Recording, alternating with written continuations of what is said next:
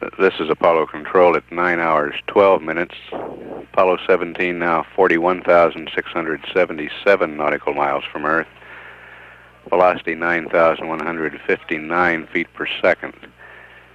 The spacecraft has stabilized into a passive thermal control mode now.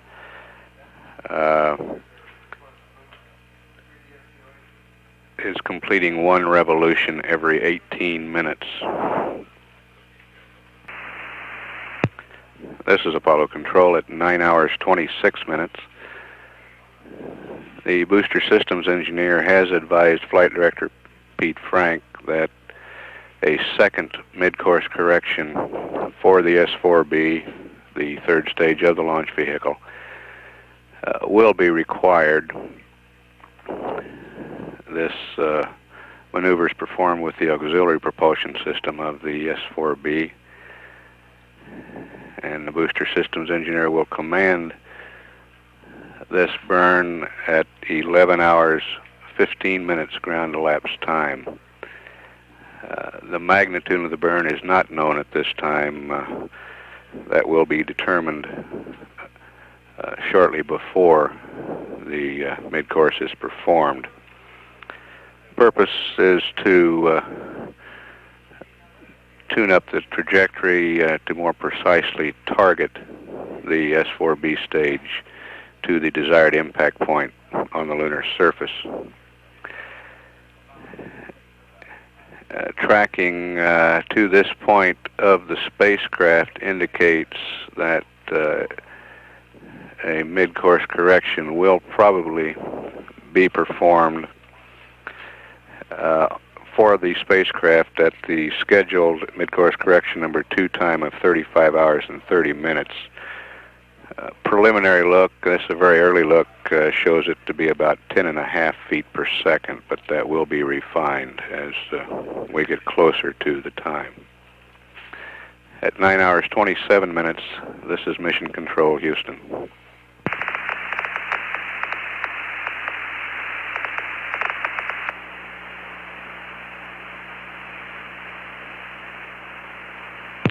This is Apollo Control at 9 hours 30 minutes. We've had no voice communications with the crew for some time now, but we do have indications that they have not yet fully configured the spacecraft for their rest period. Normally the voice switch is turned off. That's the last step before the rest period. That voice switch is still on. Apollo 17, now 43,261 nautical miles away from Earth. Velocity 8,964 feet per second.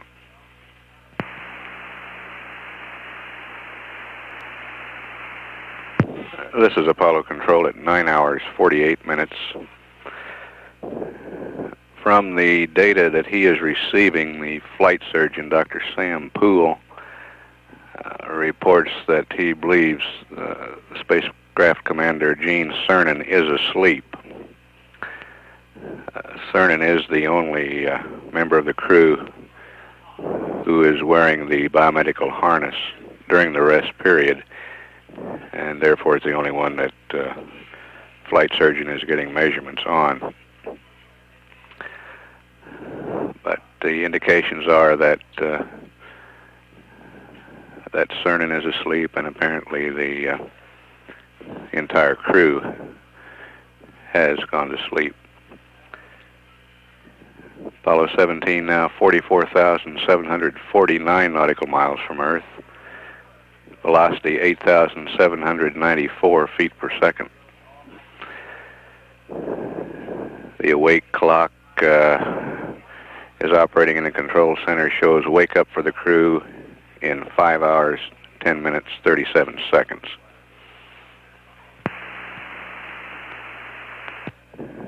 This is Apollo Control at 9 hours 59 minutes. Flight Dynamics Officer Bill Boone has computed the halfway marks for the spacecraft in both time and distance. We'll give those to you now. Apollo 17 will reach the halfway point in distance at a ground elapsed time of 30 hours, 3 minutes.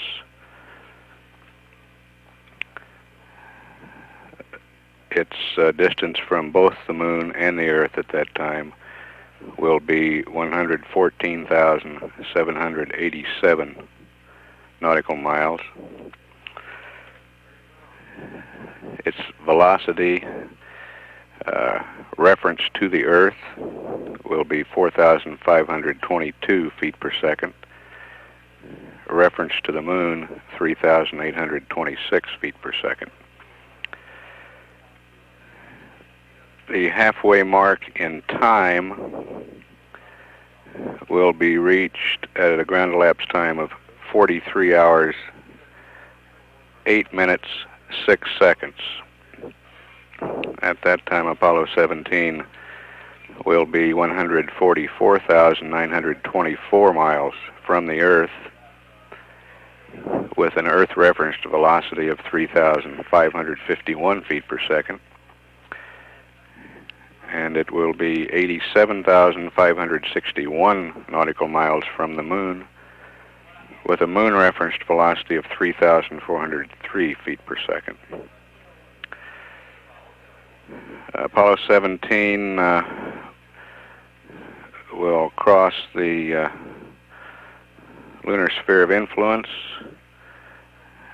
at the ground elapsed time of 70 hours, 43 minutes, 24 seconds, at which time it will be 190,725 nautical miles from the moon, Earth referenced velocity 2,340 feet per second. Distance from the moon at that time, 33,639 nautical miles, with the lunar referenced velocity 3,356 feet per second. At 10 hours, 1 minute into the mission, this is Mission Control Houston.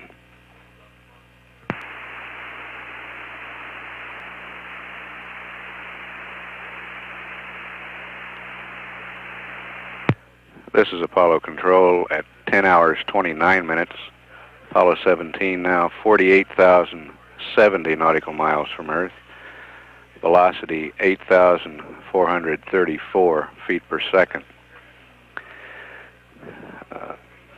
Pete Frank and the orange team of flight controllers getting ready to hand over to Jerry Griffin and his gold team of flight controllers at this time. Astronaut Bob Parker will remain as the Capcom for a good deal of this next shift.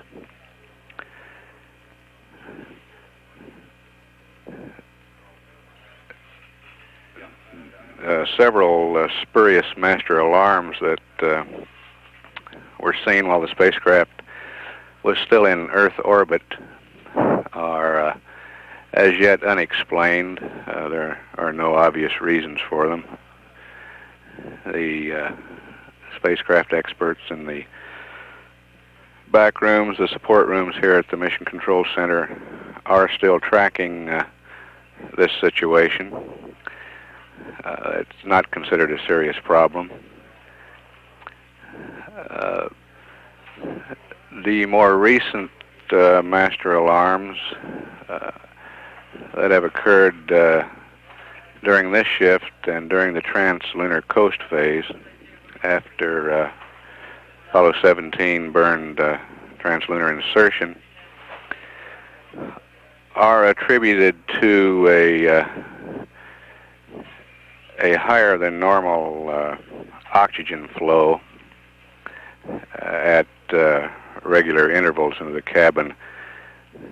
The cabin is still being purged of the partial nitrogen atmosphere that it contained at launch. That is being purged. A vent valve is open in the cabin, and a higher than normal O2 rate has been introduced to help purge the cabin. Now, added to that, when the water accumulator in the suit circuit cycles, there is a brief increase of oxygen flow over and above the higher than normal flow that we're using to purge the cabin. And this is just high enough to, when the water accumulator cycles, it brings it up just high enough to trigger the master alarm. It is not a problem, and the last 3 or 4 master alarms that we have seen are attributed to this. However, the Earth orbit master alarms are not yet accounted for, but they are not considered to be a serious problem. During this shift, a mid-course correction number 1 was performed on the S4B stage of the launch vehicle. 13 feet per second performed with the auxiliary propulsion system. A second mid-course for that 3rd stage of the launch vehicle is planned at a ground elapsed time of 11 hours 15 minutes. The magnitude of the burn is not yet known. These mid-courses are to tune up the trajectory of that stage to bring it closer to the desired impact point on the lunar surface. As far as the spacecraft is concerned, mid-course correction number 1 was passed. We did not perform a mid-course correction number 1. The magnitude at that time was less than 3 feet per second. We will probably perform a mid-course correction number 2 at 35 hours and 30 minutes. Preliminary look at that indicates about a 10.5 foot per second burn at that time.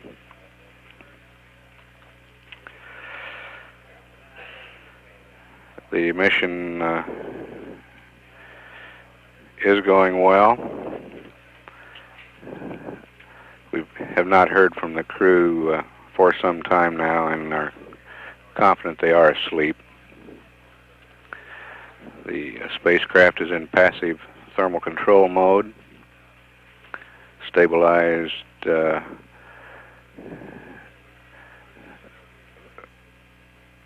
and one revolution every 18 minutes, approximately 3 per hour.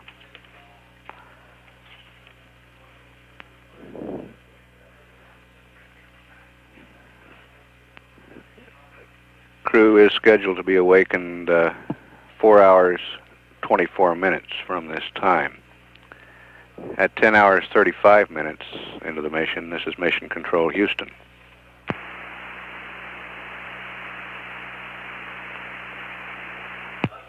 This is Apollo Control, 11 hours 27 minutes ground elapsed time into the mission Apollo 17.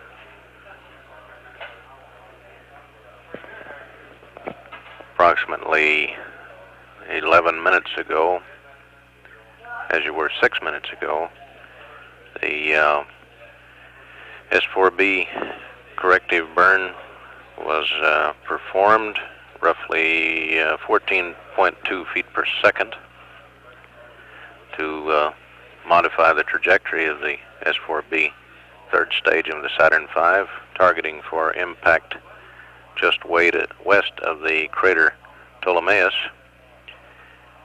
at latitude 7 degrees south by longitude 8 degrees west. However, the actual impact location and the time of impact will be forthcoming after some additional hours of tracking of the stage has been gathered. We're We're looking now at a mid-course correction burn number 2 with Apollo 17 spacecraft at 35 hours 30 minutes with a change in velocity and posigrade of 10.5 feet per second.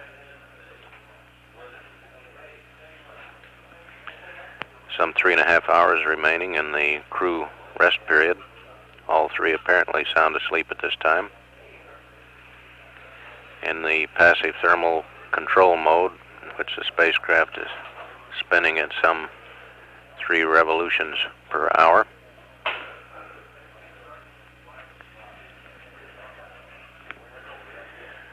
To repeat earlier statistics on halfway and distance, and time, and when the so-called sphere of influence is crossed, we'll be at the halfway point in distance at 30 hours and 3 minutes ground elapsed time, at which time it will be 114,787 nautical miles either direction to the Earth or Moon. The halfway point in time will occur at 43 hours, 8 minutes, and 6 seconds, when the spacecraft will be 144,924 nautical miles out from Earth and 87,561 nautical miles out from the Moon. The so-called sphere crossing are the point at which the spacecraft is assumed to come under the gravitational influence of the Moon. Will take place at 70 hours, 43 minutes, 24 seconds. When the spacecraft is 33,639 nautical miles out from the Moon and approaching.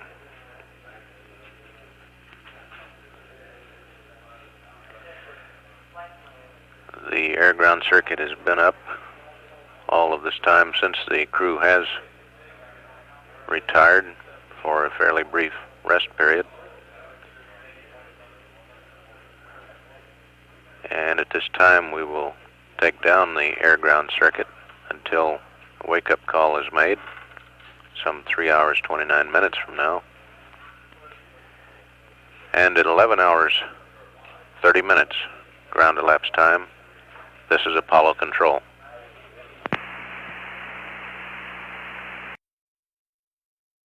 This is Apollo Control, 12 hours, 27 minutes ground elapsed time into the mission of Apollo 17.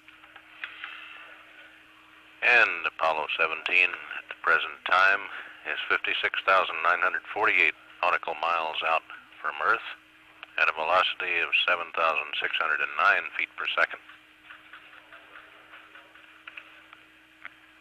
A short time ago, the booster systems engineer, Frank Van Rensselaer, reported that after the final APS burn in the S4B third stage, which is targeting the stage to impact on the Moon, he reported that the S4B stage was tumbling intentionally after that burn.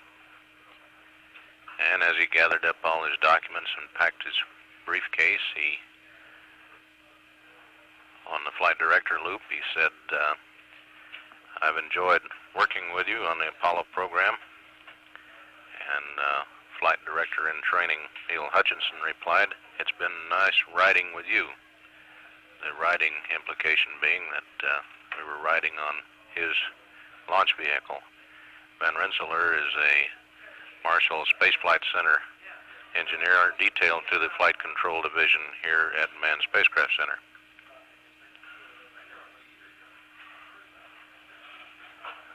Van Rensselaer finished his job for the last time. He packed his launch vehicle documents and left the room. Booster systems console is vacant for the final time in Apollo.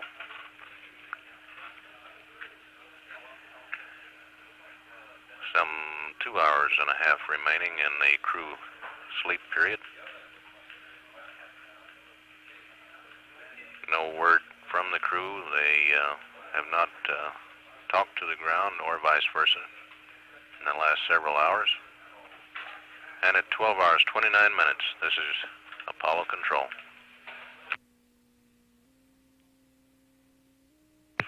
This is Apollo Control, 13 hours, 27 minutes, ground elapsed time into the mission of Apollo 17.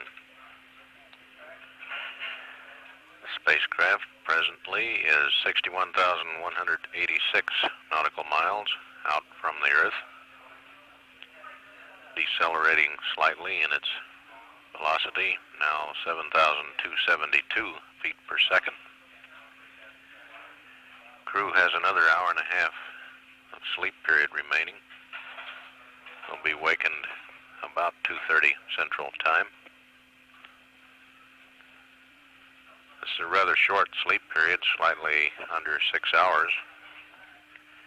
The object being to get the crew back onto Houston time, day-night cycle, eventually.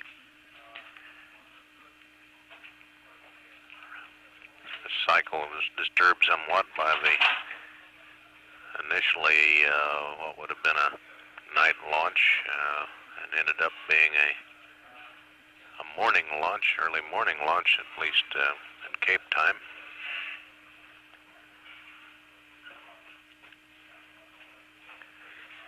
And a handover to the Goldstone 210-foot tracking antenna about 8 minutes ago.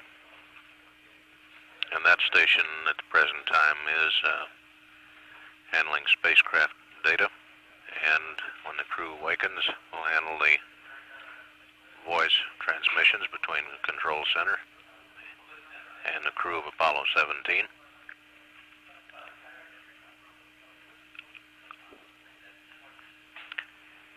At 13 hours, 28 minutes, ground elapsed time, this is Apollo Control.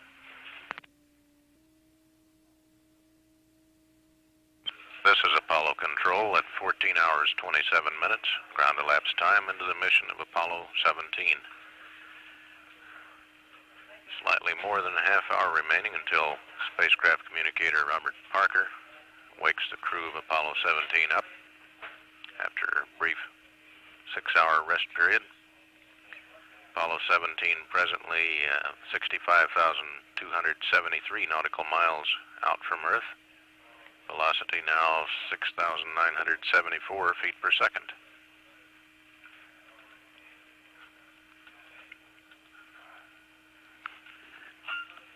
And getting back on schedule with Apollo 17 because of the late liftoff and the hold situation early this morning.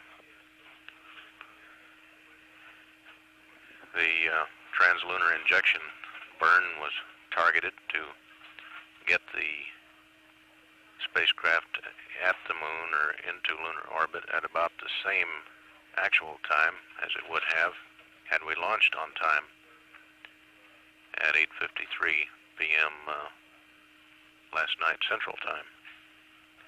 However, to get the flight plan back on the actual indicated ground elapsed times shown in the flight plan, at approximately 64 hours, we're going to have what is called a GET update of some 2 hours and 40 minutes to force the event times in the flight plan to agree with actual ground elapsed times flown in the mission.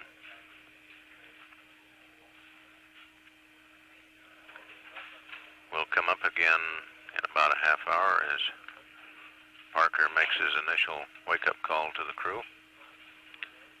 And at 14 hours, 29 minutes, this is Apollo Control.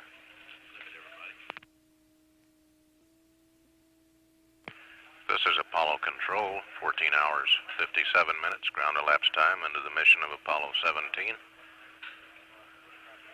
2 minutes mark remaining in the crew wake period before, or sleep period before the crew is wakened.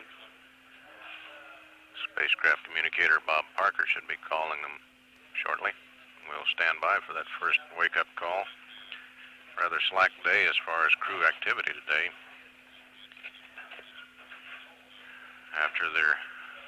post-sleep checklist and checking over the systems. This flight director just advised the Capcom to hold off on the wake call until they switch antennas. There's some P-23 navigation sightings that will be run today, and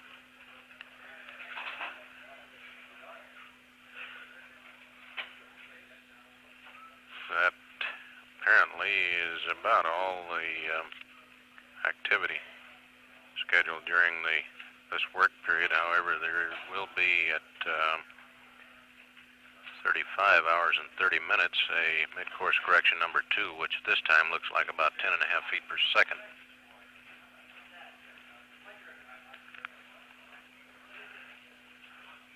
Apollo 17 now is 67,365 nautical miles out from the Earth. Velocity 6,829 feet per second.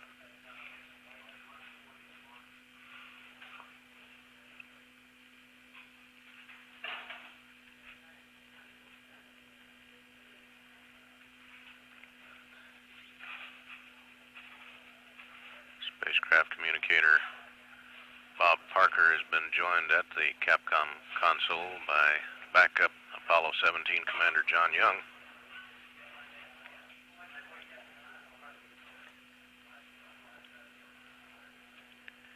And his relief Capcom, Gordon Fullerton.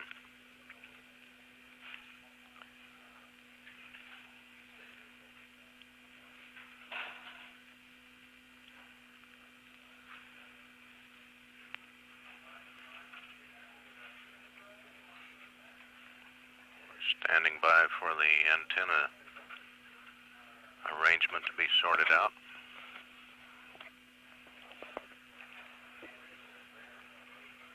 Spacecraft at this time is still in the barbecue roll or passive thermal control mode, 3 revolutions per hour to stabilize the temperatures on spacecraft systems.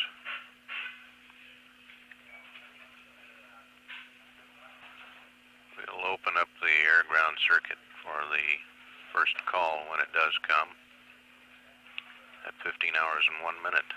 This is Apollo Control. Here we go. Apollo 17 Houston, good morning.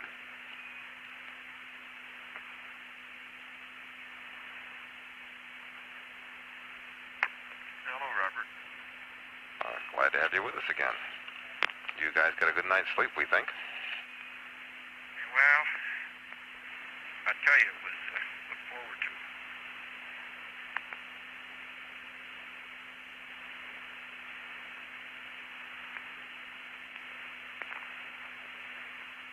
Give us a few minutes here and we'll get operational.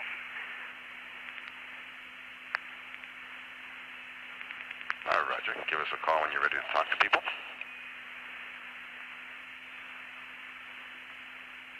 Okay.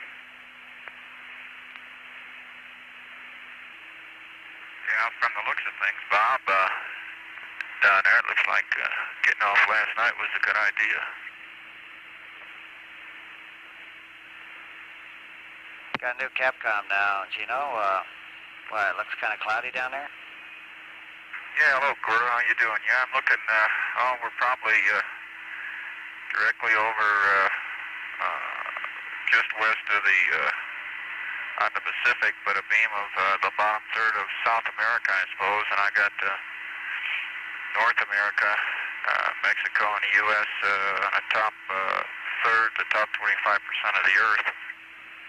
And it looks like you got cloud cover from somewhere where the coast bends around Corpus, right on north into the Great Lakes, and is completely out into the Atlantic, including covered Florida out there. Roger, I can verify the part between the Cape and Houston anyway.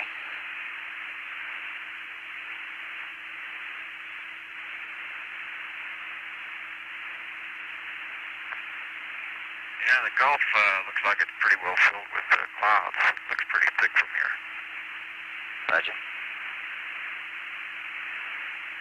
However, if you're interested in going to South America, the whole continent looks pretty good.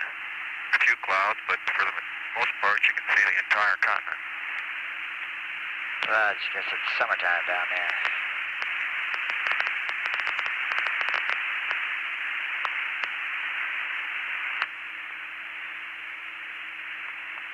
Okay, Gordo, we're stirring slowly. We'll get back with you here. Okay.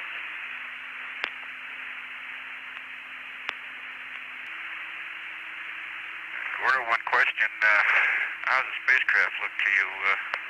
I didn't hear anything all night long as far as any master alarms or anything. I'm getting the word that nothing was seen here either. It looks absolutely super. Very good.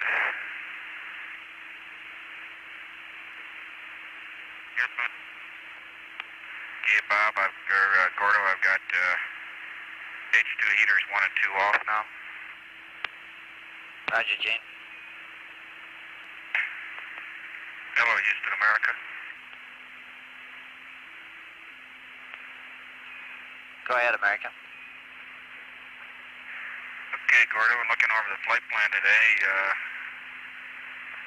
We'll be with you with the post-sleep checklist, and primarily it looks like a P23 day for Ron. And what we'd primarily like to do is spend a good part of that time getting the spacecraft cleaned up, reshuffled, restowed a little bit, and get it in order for the next few days ahead. It doesn't look like today's that big of a day. Okay.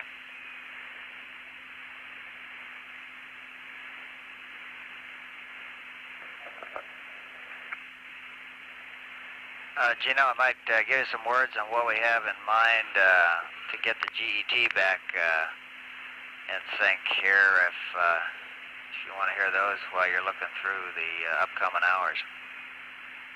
Yeah, why don't you pass a few words on that? Okay, the plan we're considering, and we're offering it to you now for your opinion, is that 65 hours GET will update, and at the time the clock goes to 65, we'll update at 2 hours and 40 minutes to 67:40. And we're shaping your trajectory such that you'll arrive at the moon at the same time GMT as you would have had you launched on time. In other words, your transmitter time is 2 hours and 40 minutes less. So once we do that, we'll be back with all the right times in the flight plan without any updating. And the one thing we think of is that your next day will, which is now a 16-hour day, will shorten to a 13-hour and 20-minute day. But that's about the only real effect we can see. How's that sound? Yeah, we'll get to the moon, you say, same GMT, so all our sunrise, sunset, lunar orbit activities, and sun angle at landing will be the same. And it sounds pretty good, Gordo. I just want to take a look at that day that you're shortening and see what we're doing in there. Okay, it doesn't cut out anything. In fact, we picked a time that's pretty much dead time as far as the flight plan goes. Take a look, and we'll talk about it later. Okay.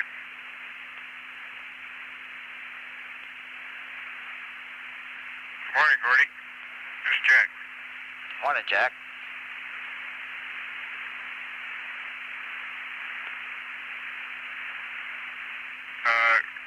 Let me fill my square on the post-sleep checklist. I've got 24030 PRD. Okay. And I slept in and out. Probably totaled about 4 hours in that last period.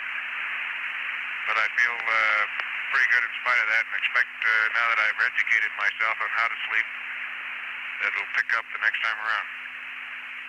Roger. No medication yet, but I'm considering a couple aspirin. I'll let you know if I take them. Roger.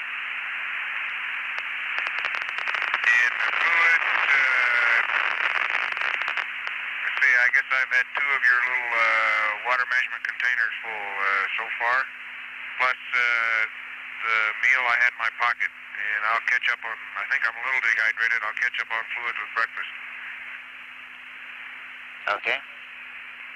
And my meal yesterday was the meal B in the pocket. Roger, meal B.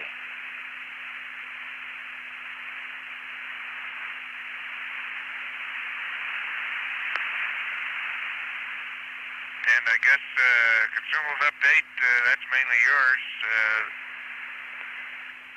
Your play there, and I'll wait for your words on that, and the watch is wound. Roger.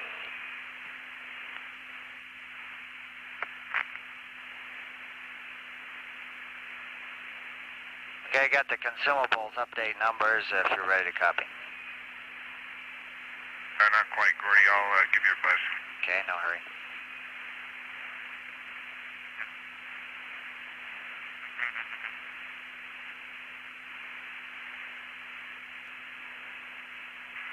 Okay, the CMP's RAD's 1509.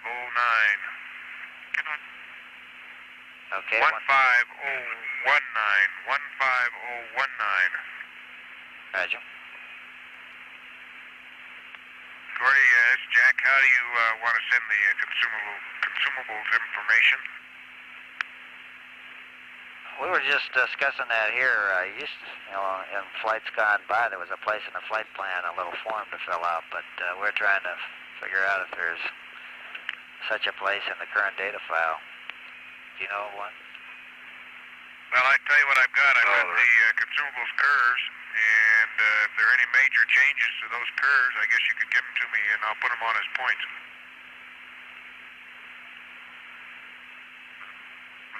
There's no changes at all. Okay, and why don't we just do it that way in the future in case there is anything, and that's on page 145 and subsequent in the flight plan supplement. Okay.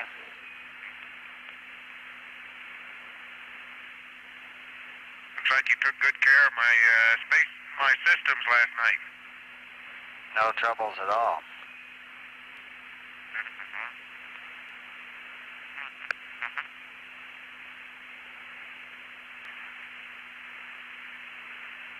Okay, Gordy, your friendly medical officer up here has some more information for you. CMP continuing, had about 3 hours of sleep. Had 3 cans of fluid, of water that is. And he ate everything in meal B but the fruit cake, and he didn't use the brownies and the beverage in meal C. Okay. Okay, and continuing the CDR's PRD is 17019.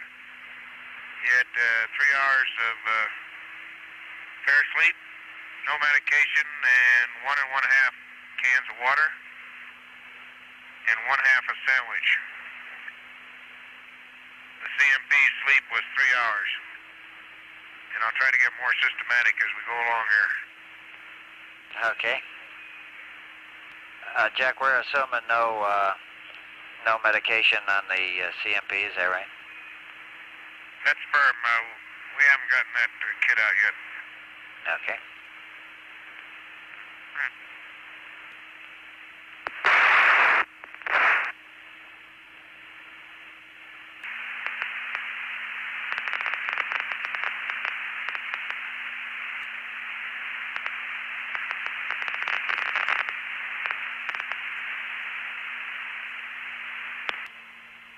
Gordy, it's Jack.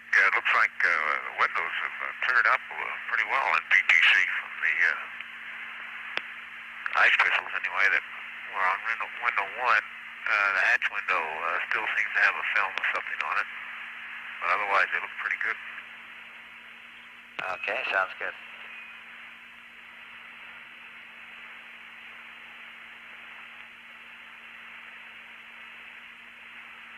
Jack, while you're there, might try, we've been talking about consumable updates and what would be the most meaningful way to give you the information. As a trial for 14 hours, with reference to the charts in the back of the book, which in the case of all of them are listed in percentages, except the RCS, which is in pounds.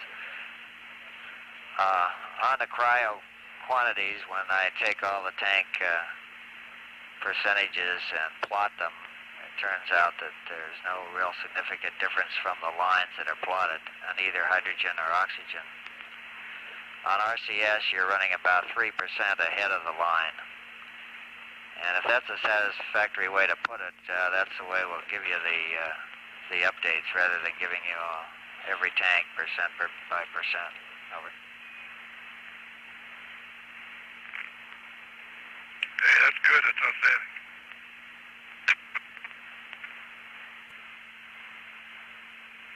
Mark, 2 aspirin for the LMP. Roger, LMP. Jack, next time a surgeon would like a mark on each individual aspirin.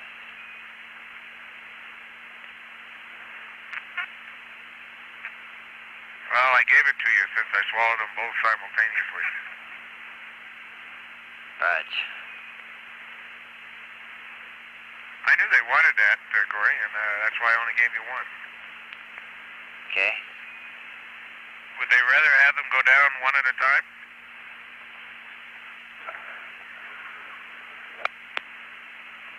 I'll have to go back to the back room on that.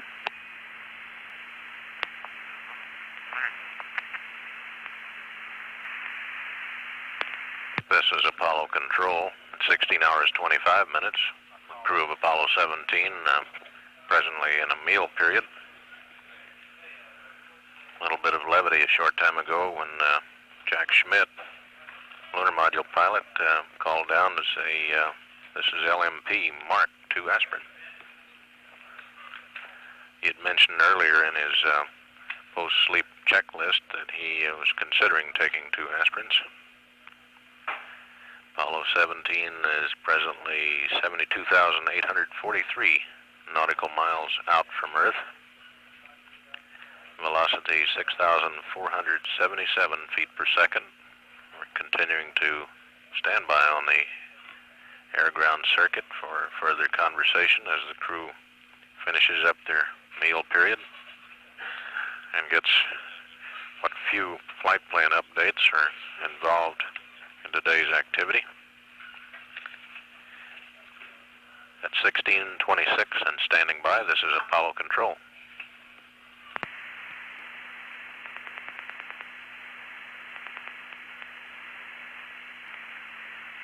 17 Houston, we see the optics starting to stir there. You can go ahead with a P-52, but before you do the P-23, we have some updates to it. Hey, okay, Gordo, we'll do that. 17 Houston, can you confirm that you did change the LiO canister before going to sleep last night? Well, we can confirm that we didn't. How about that? Okay. We'll, thanks for reminding us. We'll try that first thing this morning. I was just getting too tired, and the CO2 didn't look quite that high last night, so I let it go. Okay, that's fine. We're not concerned about being late with it. Okay.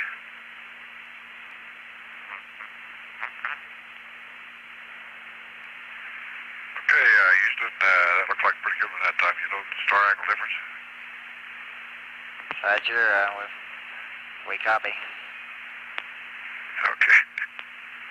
I can't see squat out through that telescope. I just hope it lines it up and does the right things. Okay, those are the target angles, and you can let me know when you have them. Okay, stand by.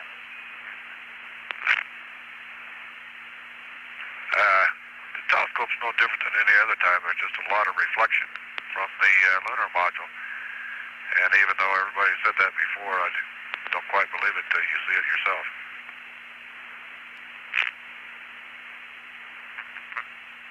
Okay, Ron, you're clear to torque it.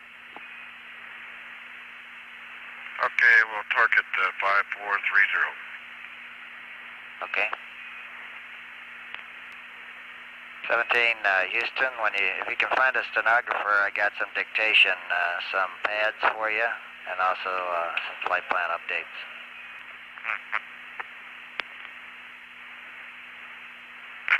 Stand by, one girl.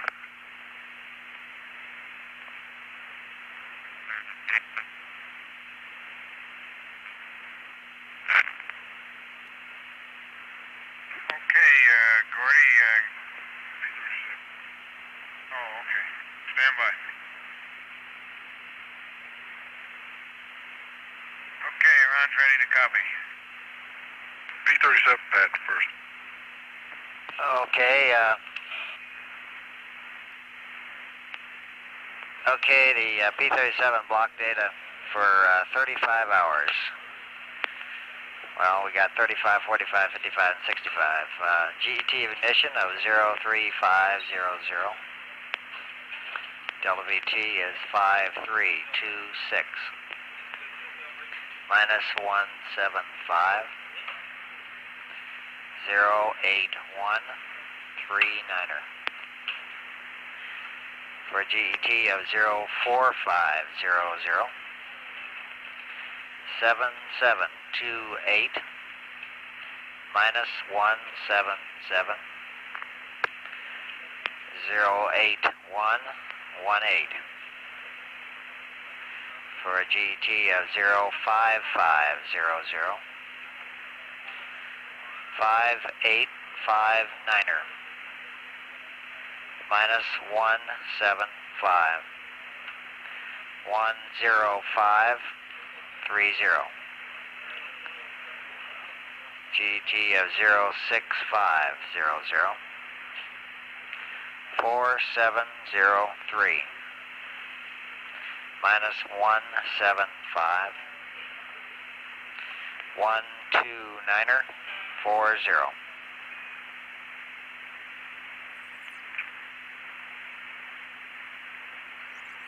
Okay, I'll read that. C35, 00 at 5326, minus 175, and 8139er at 4500, 7728, minus 177, and 8118. At 5500, it's 5859er, minus 175, 10530. At 6500, it's 4703, minus 175, and 12940. Okay, that's correct. I've got a maneuver pad for you. It's a flyby maneuver at a time of 81 hours, which is 5 hours prior to LOI.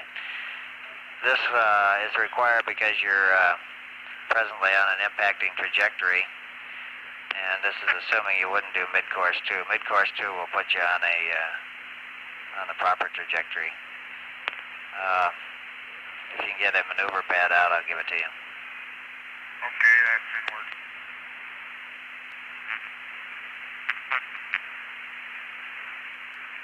Okay, Houston 17, ready for the flyby pad.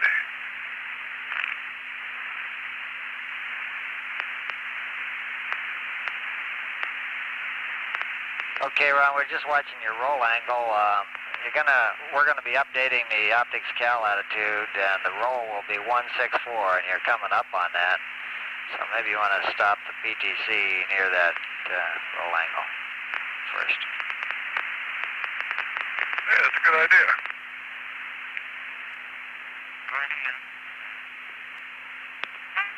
Gordy, did you read Jack? Loud and clear, Jack. I can take the pad if you want to while Ron stops PTC.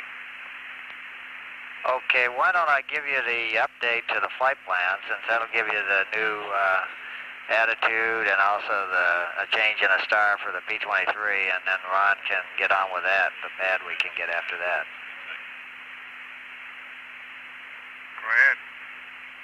Okay, turn to 17 hours in the flight plan, page 18.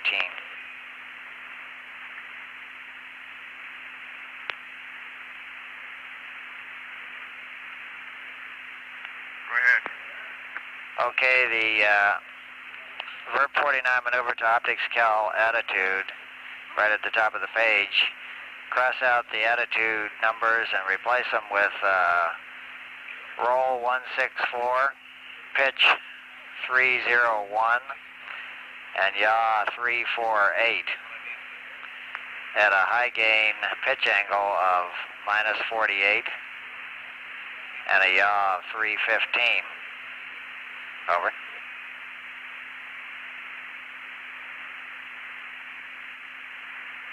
Okay, 164-301-348, -48 and 315.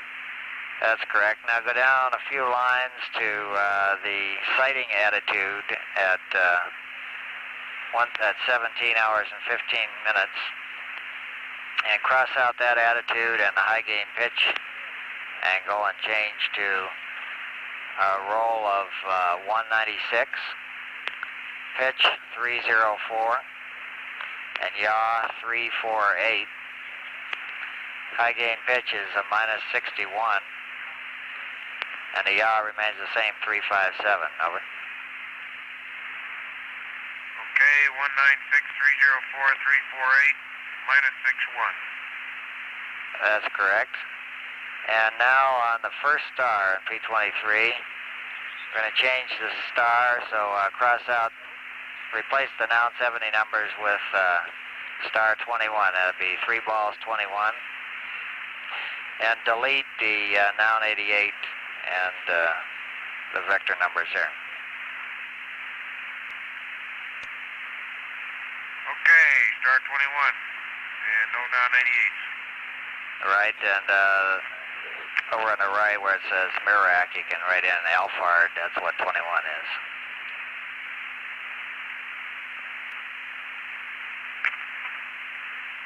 Okay.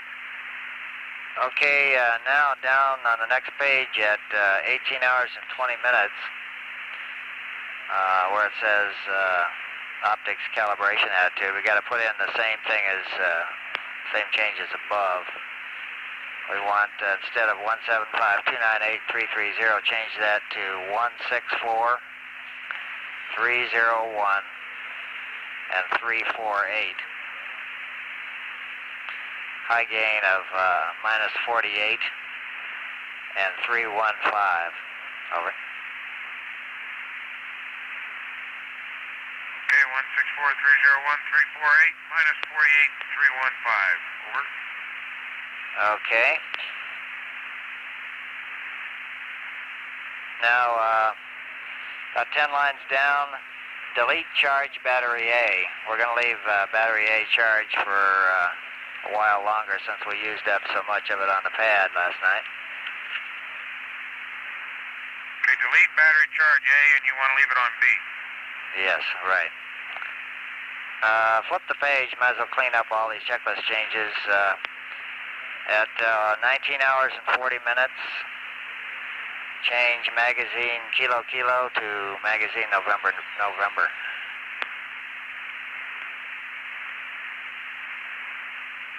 Okay, that's done. And then skip a few pages to 24 hours and 30 minutes.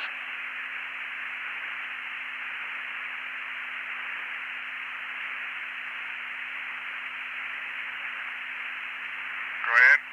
And just above the CSM Systems checklist call out there, write in charge battery A.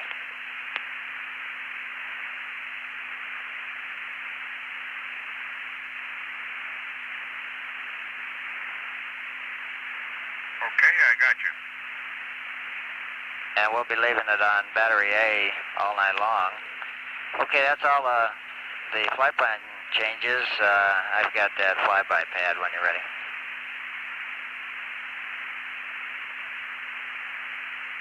Okay, I'm all set. Okay, its purpose is flyby SPS/GNN.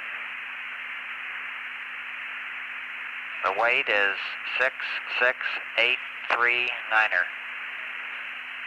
Plus 121. Minus 02. Correction. The yaw trim is a minus 012. Ignition time is 081172103. Now 81 is a plus 00911 plus 02041 plus 04593. Attitude is 121 153 and 321. Apogee is NA, perigee plus 00212. Delta V total of 05108. 117. 05063. Sexton star is 26. 0965. 339er. Boresight star is NA. Noun 61 plus 1557 minus 17500. 10niner. 36243. And GET of 05G is 1532411. GDC aligned stars are Sirius and Rigel. 256 152 069er. Ullage is none. And for remarks, number 1 is burn docked. Number 2 assumes PTC rest mat.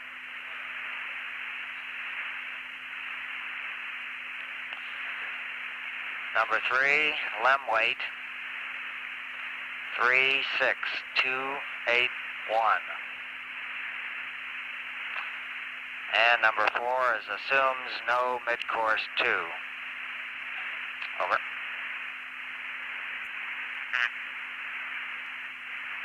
Hey, Gordy, you read that?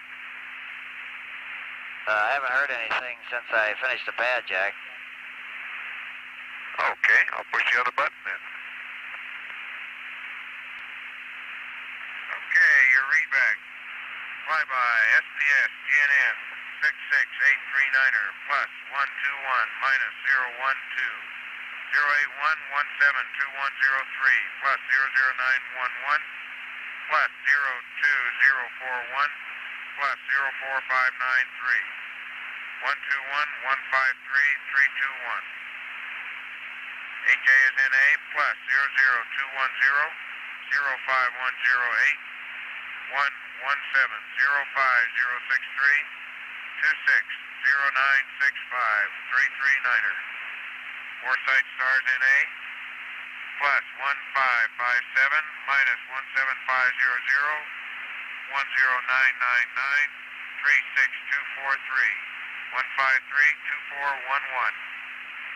Sirius and Rigel, 256 152 069er, no ullage. Remarks: 1. Burn dock. 2. PTC rest mat assumed. 3. Limb. Weight 36281. And 4. Assumes no mid-course 2. Okay, one correction on perigee of noun 44. That's a plus 00212.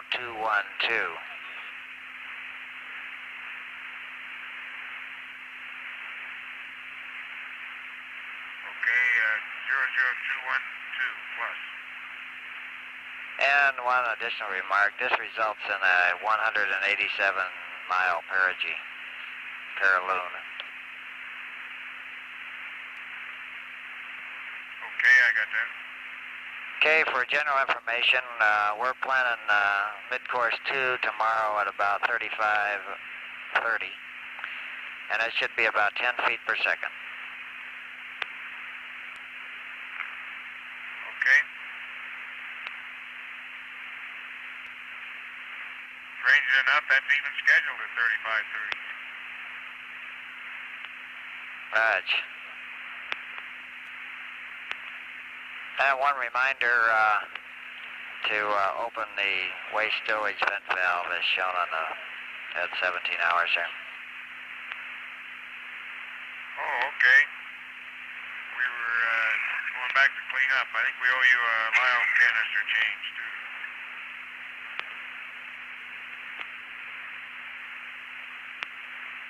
Roger, we concur with changing it.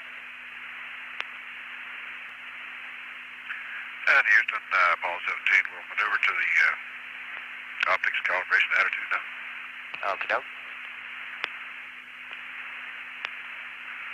Somebody eat potato soup.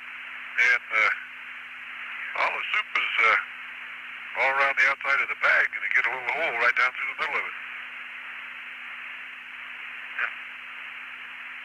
How about that? It's just like a 1G. The spoon isn't quite long enough to reach the bottom without getting your fingers on the side of the bowl. Right. Gordy, I don't know what your weather's like down there, but from here it looks like you're probably overcast today. Might even have a pretty good storm going. Oh, it's gray and cold and a little rain, so your call is correct. Yeah, it looks like Mexico in general is pretty nice, although there's a band of east-west trending clouds that start from the Gulf of California, across Sonora, probably up through New Mexico and over into Texas and as far around as I can see. Southern California looks like it's in pretty good shape today. But Northern California looks like it's probably overcast. And a major system probably associated with that stretches into the northern western United States.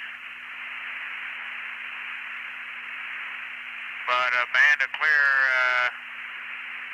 weather looks like it stretches from Arizona right on up through, I would guess it, through Colorado and Kansas, probably into the Midwest pretty well. Raj, your regular human weather satellite. If Ron had just stopped his maneuvers, I'd tell you some more, but the Earth just set behind the limb. Raj.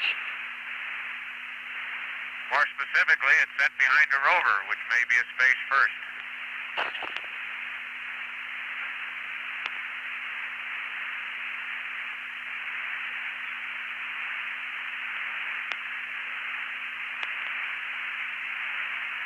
Pretty impressive storm system down off the west coast of Antarctica. Roger. And Houston, the canister has been changed. Number 3 is in A, as per the earlier flight plan instructions. Okay. Sorry we were late, but we got a little tired last night.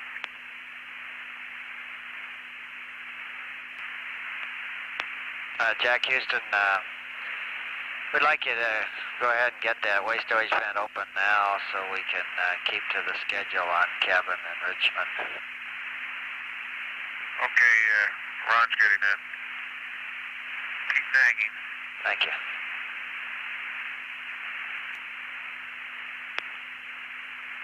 That the same as I had before? 9.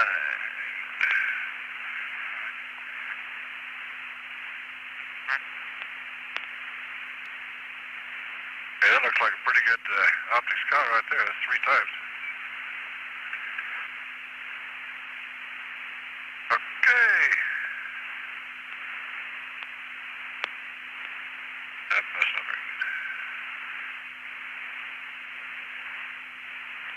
on. We're copying your comments. Okay. I think we'll use that one there for the optic scout. Roger.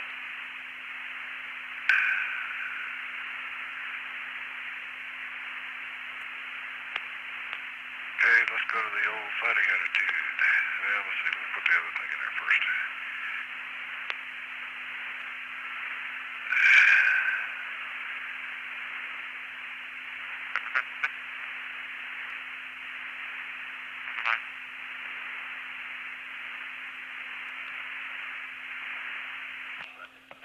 This is Apollo Control at 17 hours 40 minutes.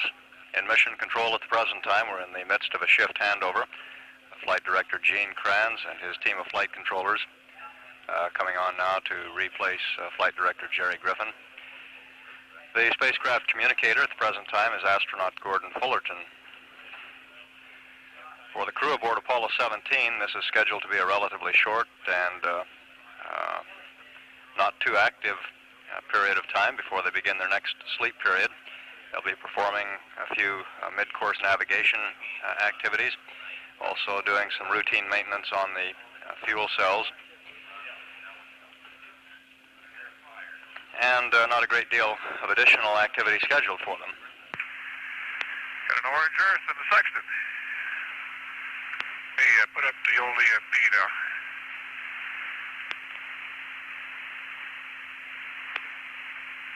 If you all don't need all that light in there, Jack, I can sure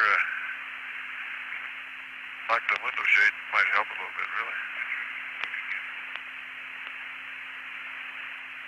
Not very much.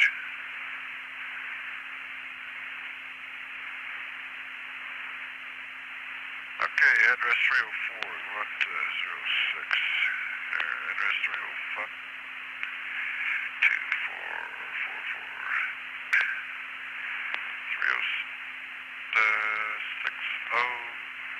6006. 307.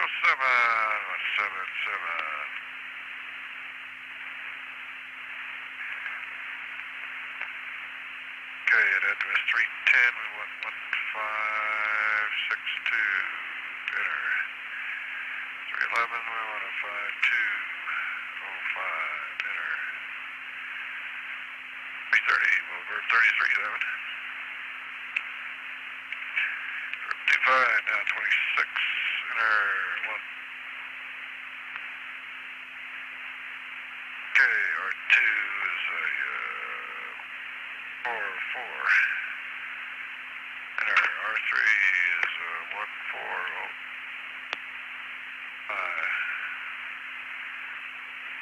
Okay, enter that.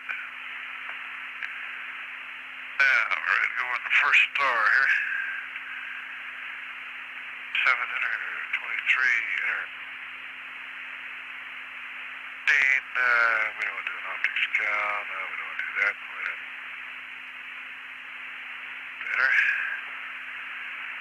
Okay, first star is 21.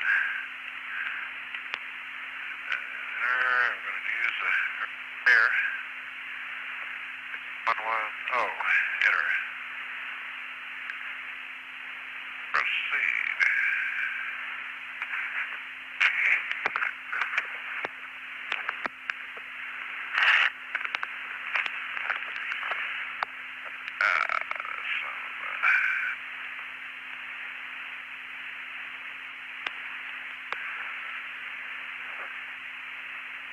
Okay, we don't want to do the 180 option, so we'll enter that one. 96.30. Yeah, pretty close. Okay, proceed.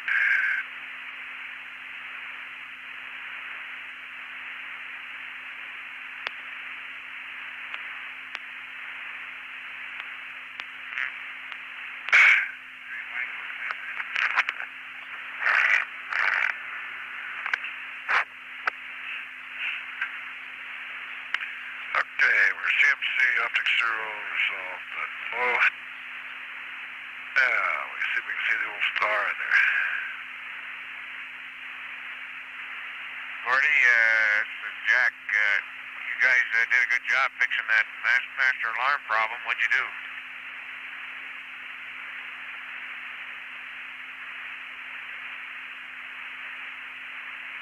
Jack, did you call? I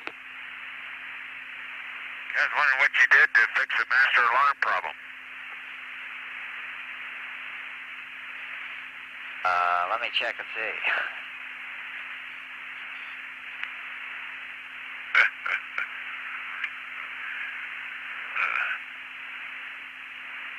Yeah, I gotta find a sub-solar point.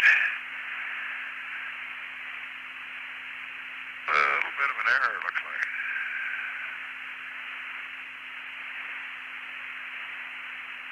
Yeah, let me see. We'll pitch it down a little bit. That really jars the stack, doesn't it? This is Apollo Control. The participants have left Mission Control for the news conference, the change of shift press conference, which should begin in about 5 to 10 minutes in the MSC News Center briefing room. Still there, and you may get them here later after the waste storage vent O2 flow gets on up.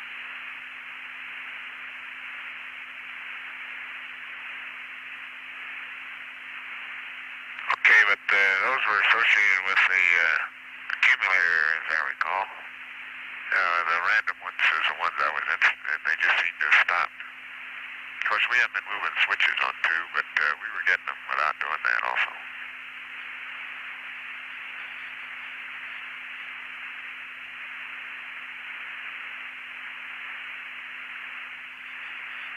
Okay, there's the old star. Works just like a simulator. You can't see the star when it goes down in the earth.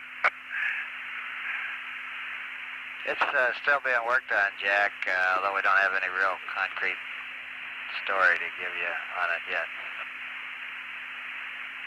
Okay, it seemed to be pretty quiet last night, so that's the only problem. Okay, Gene, you want to give me CMC free? Okay.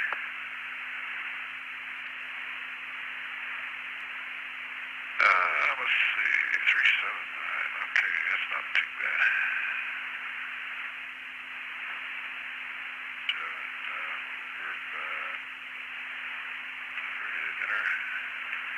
Release 23 enter.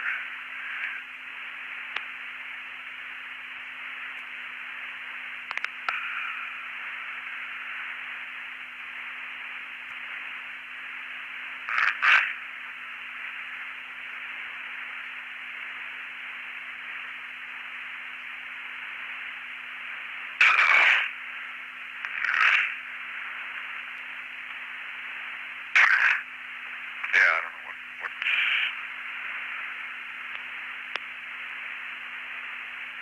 Okay, those will punch a hole in it. This is Apollo Control at 17 hours 54 minutes. The change of shift press conference is ready to begin at this time in the MSC News Center briefing room.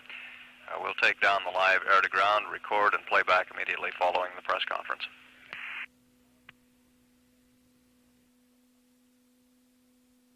This is Apollo Control at 18 hours 29 minutes. During the change of shift press briefing, Flight Director Gene Kranz reviewed the status of the mission with each of his flight controllers. Everything essentially normal at this point.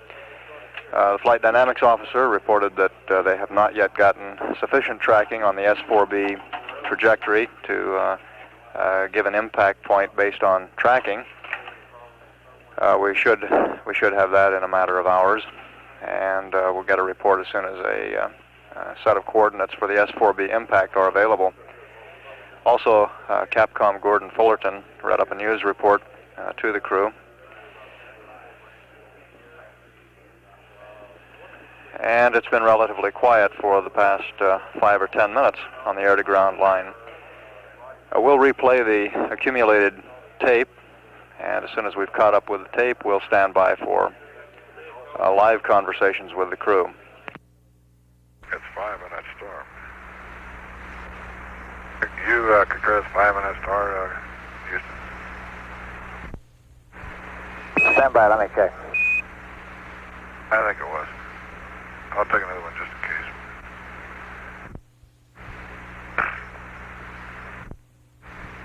Okay, Gene, CMC Auto.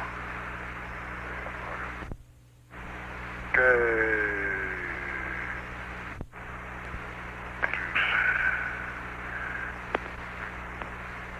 All right. That's right, no problem.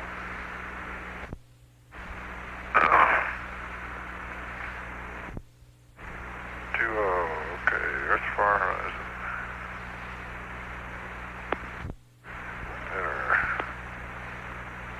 Plus 02745.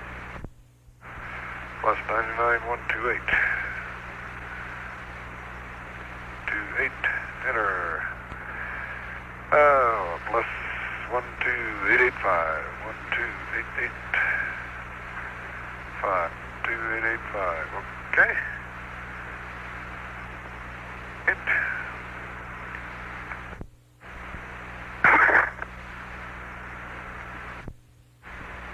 Okay, 180 option, no. Computer, take me to Beetlejuice. Okay, this is Earth far horizon.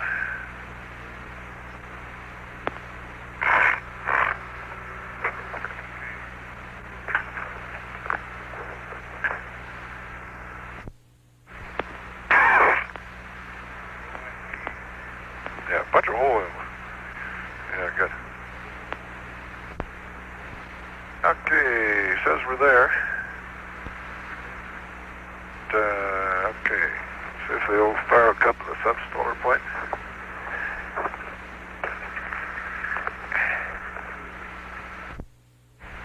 Okay, it's a far horizon. Double line is down in the Earth. 280 up. Pitch up a little bit here. Okay, didn't do such a hot job of putting it on there. You want to go to CMC free? Okay. Give it a blip that way, and a blip that way. And a yaw that way, 2 yaws that way.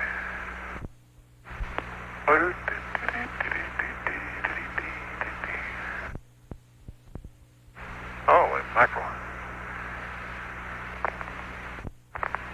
Yeah, that was a good march. So Cordy, this is LMP. Hello, Houston, 17, how you been? Go ahead, Jack. Yeah, you got any news today to read up to us? Yeah, as a matter of fact, we have a little bit made up here. I guess, well, on the personal line, we checked with Barbara and Jan and the kids, and they're all back home safe and sound, and they mentioned that they're going into their own personal quarantine period. They're glued to the squawk box. Over. Okay. I was afraid you were going to get too personal there for a minute.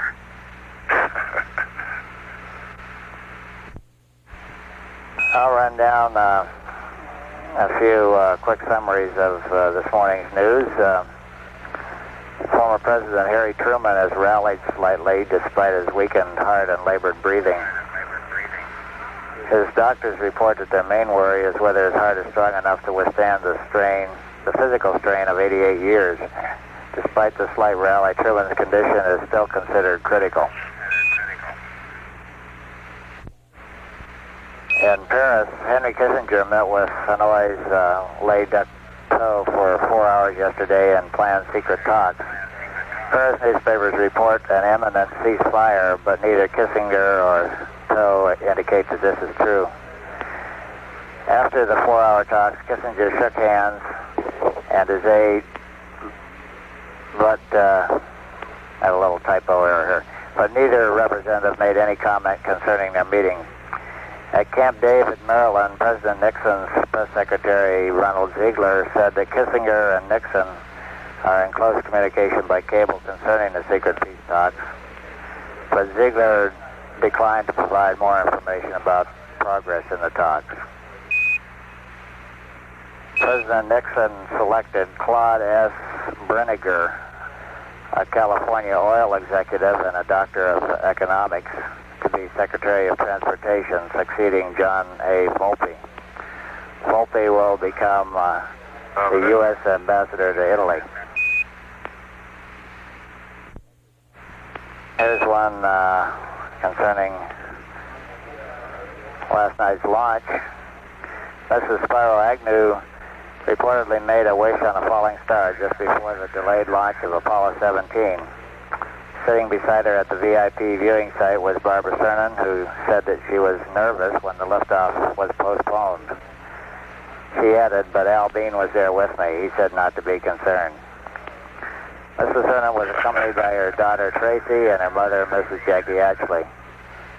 Mrs. Ron Evans, who saw the launch with her children, Jamie and John, said that she was never worried because everybody knew what they were doing.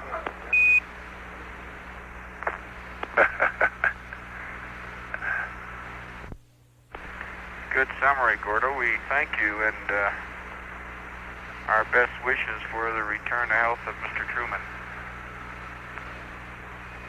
Roger.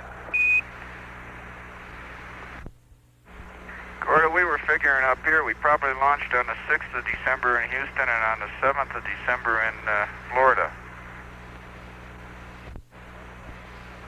That's right. You call it right. Okay, CMC Auto there, Gene, please. Boy. Okay, let's use verb 2-3 enter. What do I do there? Enter, let's use 1-1-0. There, okay. Verb 2-5 enter. Gamma prime Leonis.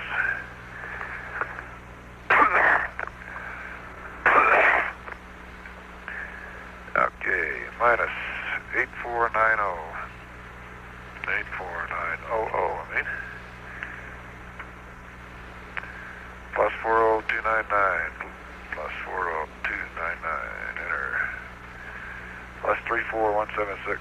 Plus. Enter. Okay, proceed. 202, no one time, 118. Okay. There already. Second, I guess. We'll try that one more time. And CMC Auto. Are we at 196, 306? Gordy, you still there? Okay, that's right. Go ahead, Jack. Yeah, I mentioned to Bob yesterday how, as we moved away from the Earth, how fragile a piece of blue it looked to be, and that impression certainly grows the farther you get from it. I wish everybody could have a chance to get that impression. Things might go a little easier for us. Roger.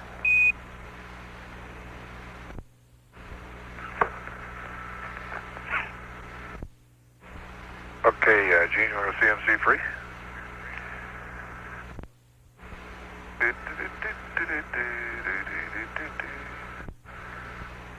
Must be making the vector worse and worse instead of better.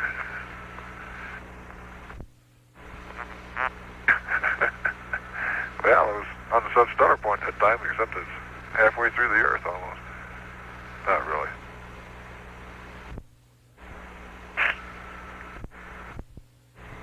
Hey, Gordy, we haven't really had a clear and detailed description of what you or somebody else saw at the launch in terms of the lighting around the countryside and the extent of the flame and how long the exhaust was out of the S1C. Do you have anything to add to that? Well, I can give you my feelings right away. It was a spectacular sight, and no doubt about it. I'd say the level of illumination would have made it easy to read a newspaper or anything like that from our vantage point near the VAB. The plume itself actually looked no larger or even any brighter, really, except in contrast than it does on a day launch by comparison. But well, the effect, I guess, is about what I expected, just trying to extrapolate previous launches into a nighttime situation. The weather was very clear. That was one advantage gained by delay in the launch, the 2 hours and 40 minutes that you did. By that time, there were very few clouds around at all. And we could see brilliant flash there when the first stage cut off and the second stage ignited. And I lost you visually probably 4 to 5 minutes into the second stage, as best I can remember. Part of the problem was the brightness of the plume during the first stage. It kind of burned a spot in my eye, and so then I had reduced efficiency at looking for a small point of light from there on out. Stu's here with me, and he was watching it too. I'll see if he has anything to add. Stu who? He said after that comment, he has no comment. I'm sorry, Stu. I can't believe that. Stu always has something to add.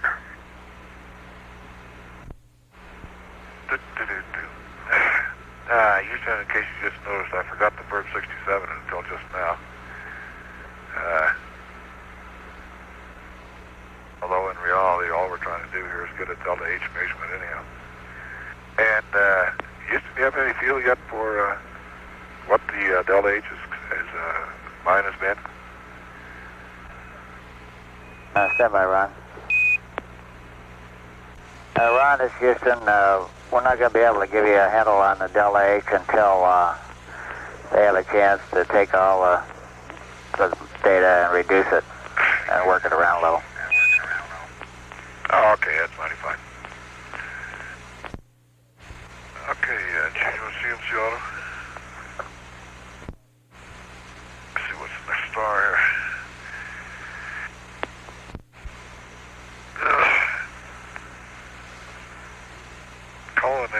Calling in, I guess.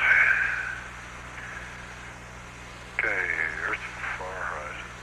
2-3, enter. 1-2-5, enter. 5-0.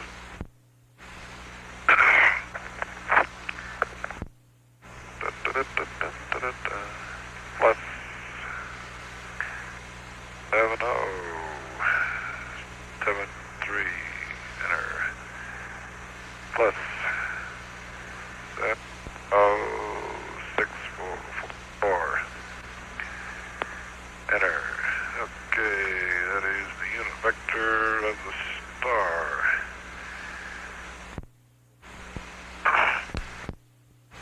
Okay, it's a 180 option we don't want. We need a real option.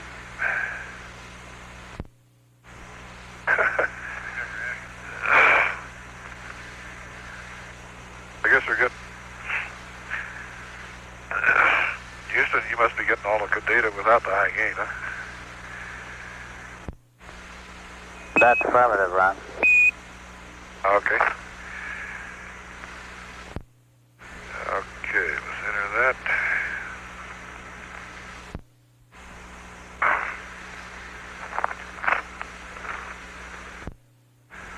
Okay, changing go CMC free now. Yeah, that's about a half a sextant diameter above the horizon. Substellar point looks pretty good though. Hey,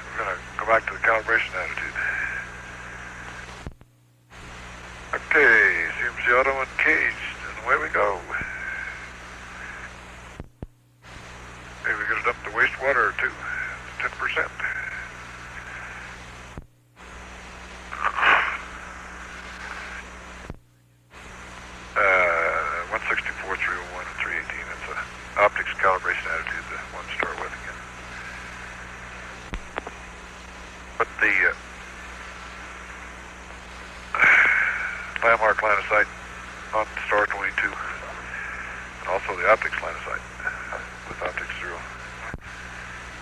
Let's see, zero the optics, I guess, first.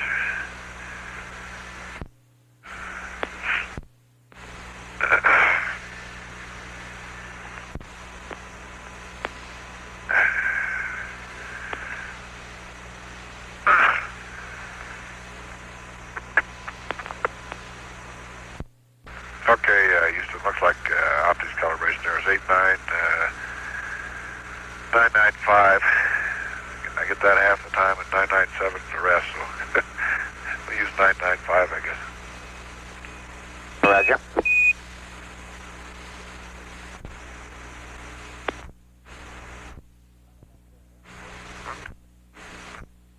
Okay, Houston, you ready for some purges and dumps?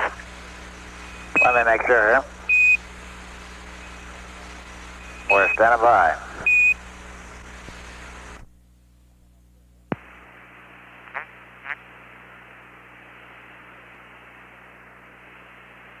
Well, I had my clock on the wrong scale. Is that about 2 minutes, Houston? That's good, Jack.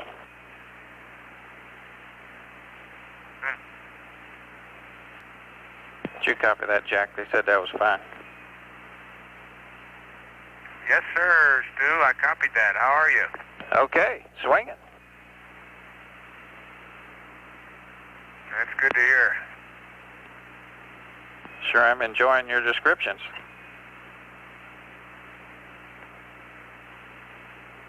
If I could get Ron off his work with the optics, we'd look at the reservoir, but that'll come. Right now I'm seeing all sorts of little ice crystals of various compositions that are moving around, and every one of them bounces off the limb that I can see. No, none of them stick. But I noticed that some of them will go into a corner with a fairly high velocity and either be turned around by a double bounce or just get lost in the corner and have very low velocity when they come out. Roger. Most of them look like they have at least a foot or two per second. Roger. Hey, Jack, I was surprised when you said when you got Ron off the optics. Don't tell me that Ron's going to let you look through his optics. Oh, heavens no, we just moved the windows. Okay. That's for sure. The Capcom at the present time is astronaut Stuart Rusa, backup command module pilot for Apollo 17. Apparently you do get some particle-particle collisions because some of the trajectories are back towards us.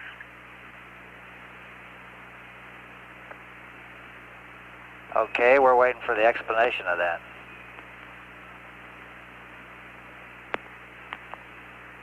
Well, I think it's because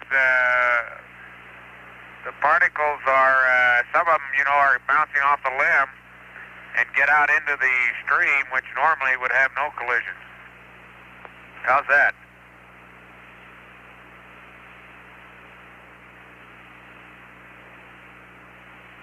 You can say it's not very good. I don't care. Got to use tack there. That animated description of the behavior of a cloud of ice crystals drifting along with the spacecraft was coming from Jack Schmitt. Apollo 17 at this point is 81,654 nautical miles from Earth, traveling at a speed of 5,972 feet per second. And we see from the telemetry data that the fuel cell purge called for in the flight plan at this time is progressing. This involves flowing, in this case, oxygen at a high rate through the fuel cell for a short period of time to remove any buildup of contaminants, and is a routine maintenance or housekeeping procedure. Same thing is also done periodically for the hydrogen. You can terminate the purge on fuel cell 302. Yeah, I even forgot to listen for the ding on that one. Thank you. 17, we'll be having a communications handover to Honeysuckle in about a minute and a half. Okay, Goro. That's great. Next time I look at the Earth, I'll see what's happening in Australia.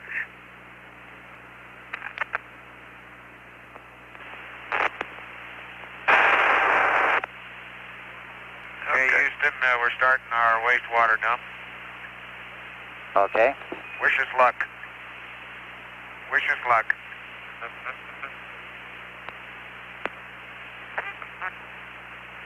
Yeah, that really goes out.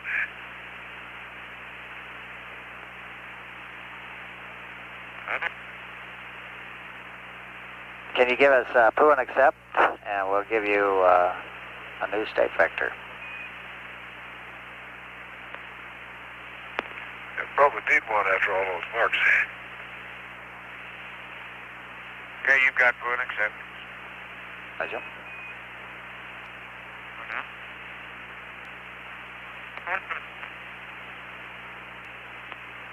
Okay, the vector's in there. It's your computer. Okay, Gordo, thank you. This is Apollo Control at 19 hours, 7 minutes.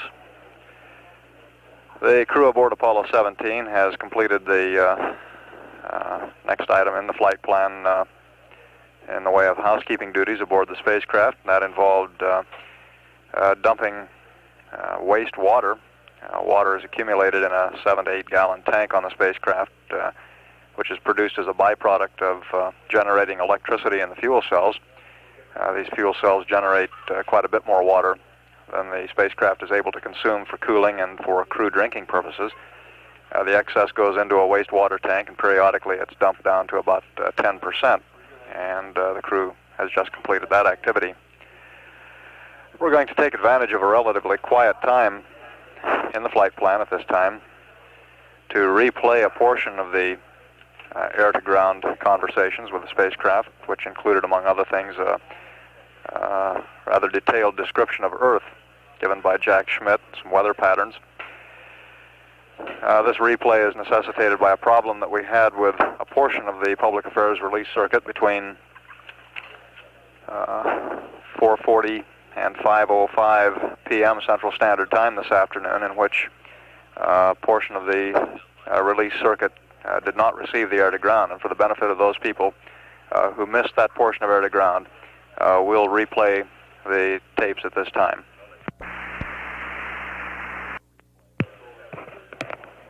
This is Apollo Control at 19 hours, 33 minutes. That completes our replay of the segments of the air-to-ground that were lost on a portion of the Public Affairs Release Network earlier today. During that replay, we accumulated about 5 or 6 minutes of additional tape with the crew. The activities involved during that period of time were completion of the wastewater dump, the crew dumping excess water produced by the fuel cells and stored in a storage tank on the spacecraft. They dump it down to about 10% of its quantity, or its capacity, and also completed one other routine housekeeping activity. That was cycling the film in the panoramic and mapping cameras contained back in the service module, scientific instrument module bay. That bay, of course, still has the door over it. The door will be jettisoned before going into orbit around the moon. Exposing those cameras for use in lunar orbit, taking high-resolution and very accurately controlled mapping cameras, mapping photos of the lunar surface. The cycling of the film is made necessary by the fact that the film is under some tension in the magazine and the transport mechanism. This tension tends to put pressure on the emulsion, and if the film is not advanced 4 or 5 cycles, at least once every 24 hours, it tends to create striations in the emulsion, and this is done during the translunar coast when the cameras are not being used periodically once a day to prevent these striations from developing in the emulsion of the film. We'll replay that accumulated tape for you and then continue to stand by live. Then you're going to want to cycle some film here? That's firm. We're planning on it. Let me make sure they're ready, though, before you do it. Well, I didn't want to bring it up, but you're about 20 minutes late on your cue. You must have missed our first call. I probably did.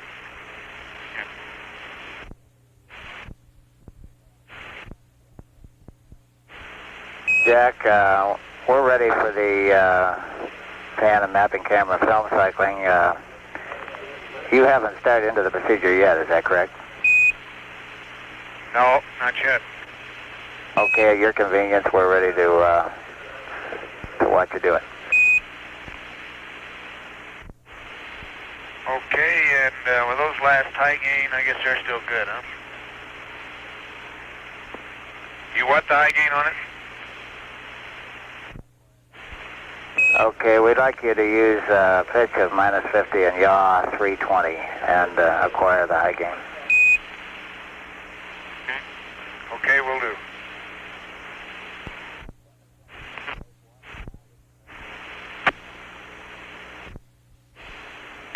You have 10% wastewater now. You can terminate the dump.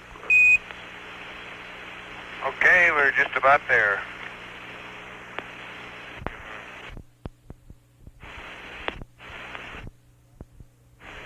Okay, the old image motion is off. Roger. Data systems are going on. Ox TV is going to scientific. Jack, we'd like auto and narrow on the high gain. There you go, okay. Thank you. Okay, smack power is coming on.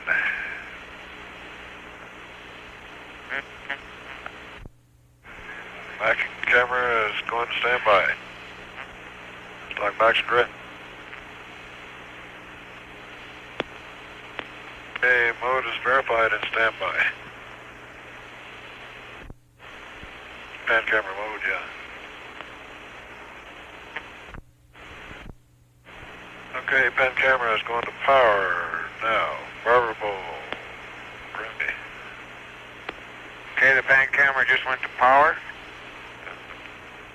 Okay, Ron's talking to you, I didn't know that. Roger. Pan camera self-test is going to heaters.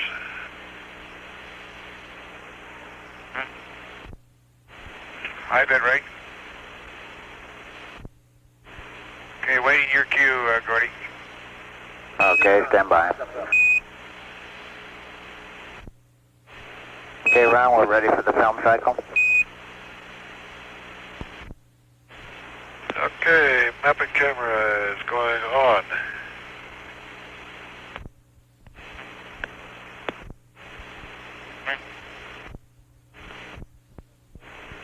Okay, pan camera self-test is going to self-test. Like Max barber pole. Okay, I forgot to time it, yeah.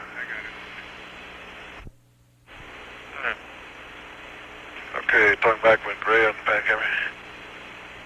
Roger. Okay, pan camera power is off. Okay, mapping camera is going off. Okay, smack power is coming off, huh?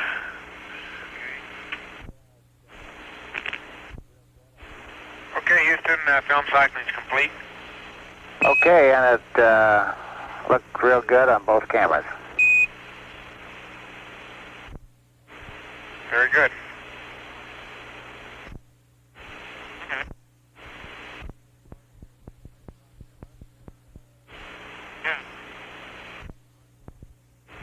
Okay, Gordy, if your friends on your left, they're wondering what strange sounds they're hearing, I just got the harness on. Roger. And I guess if you're through with the high gain, I'll go back to Omni Bravo. Okay, we concur with that idea. And if I could ever get Ron out of the kitchen with getting into PTC.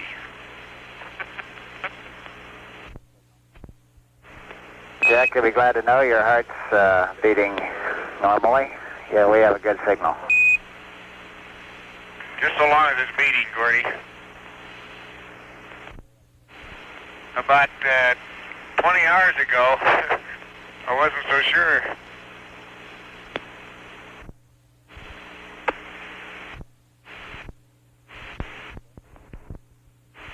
Gordo, we're maneuvering into the PTC attitude now.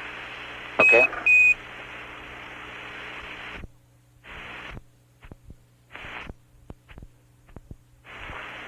Houston, Apollo 17, any recommended quads for damping PTC race?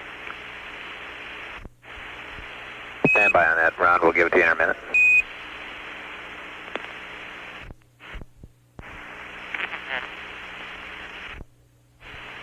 Ron, we're recommending AB for damping and Bravo Delta for roll spin up. I'll say again, Alpha Bravo for damping and Bravo Delta for roll spin up. Okay, Robert, and welcome back aboard. Roger, sir.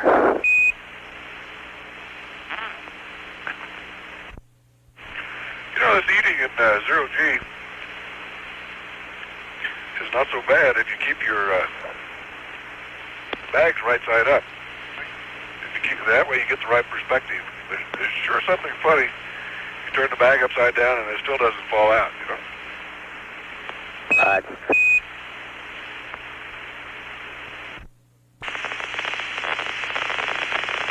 Having a little peach ambrosia for a snack here.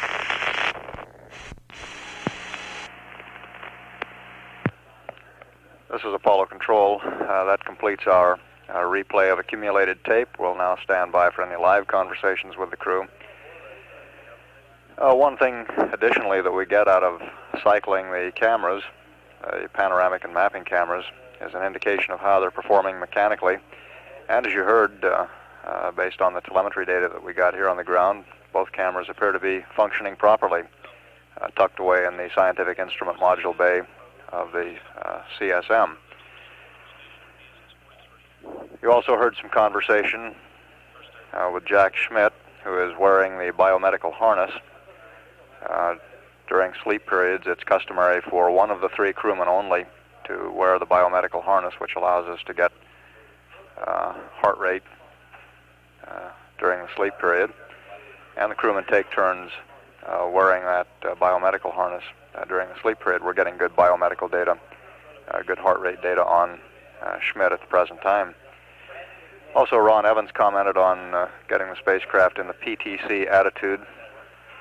Essentially, this attitude has the spacecraft oriented at right angles to its direction of travel, right angles to the Earth-Moon plane, so that the sun is essentially shining on the sides of the vehicle, of the CSM and LEM. And then using the reaction control system thrusters on the command module, they set up a slow roll rate so that the two vehicles dock together, rotating at the rate of about 3 revolutions per hour. And if this is done properly, and it's a tricky maneuver, usually crews get more and more experienced at it as they go through the mission and tend to have the most problems early on in getting it set up. But if it's set up with all of the rates damped and everything very stable when the roll is started, it'll maintain this roll without wobbling out of it throughout the rest period. And the purpose of this is to maintain proper thermal equilibrium on the spacecraft, so that the heating on one side from the sun, the cooling of the other as it's exposed to the black of space is uniform and nothing gets too hot or too cold. At the present time, Apollo 17 is 84,482 nautical miles from Earth, and the velocity continuing to decrease gradually down to about 5,824 feet per second, just a little over 1 mile per second. We'll continue to stand by live now for any conversations with the crew. This could continue to be a relatively quiet period based on Ron Evans, or I guess it was Jack Schmitt's comment that Evans was in the kitchen. Leads us to believe that they're probably getting ready to eat. This is Apollo Control at 19 hours, 45 minutes.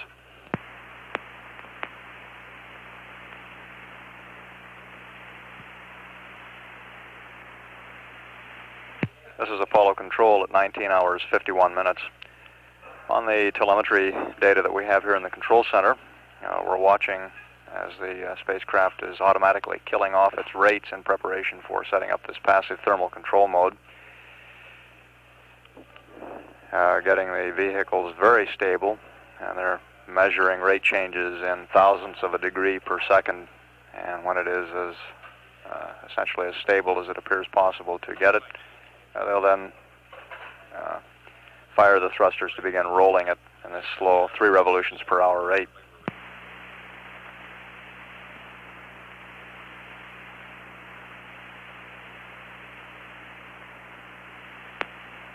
This is the second passive thermal control mode established. The rates are looking good. They're damped adequately. We're ready for spin up.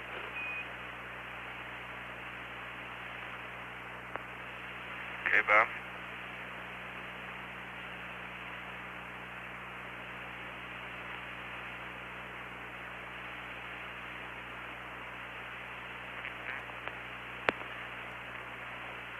The crew set up the spacecraft in the passive thermal control mode before their previous sleep period and experienced no difficulties, and they appear to be going very smoothly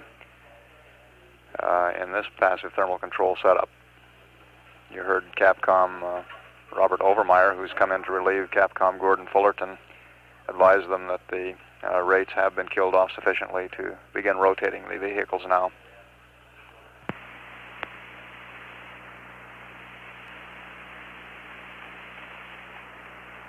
Okay, Gordo, we're in PTC.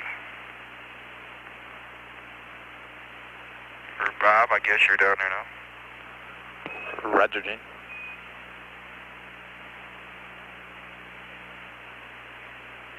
Bob, did you ever find out what part of Antarctica we were seeing at various Earth orientations?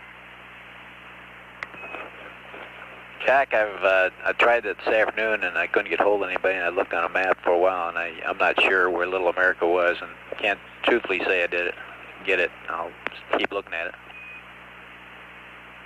Okay, at any rate, it looks like there's a very well-developed front coming out of the northwestern portion of Antarctic ice shelf.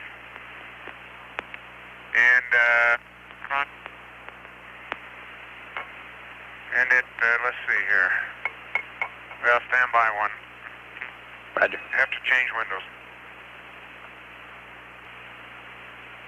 Okay, Bob, that front looks like it starts and develops as a small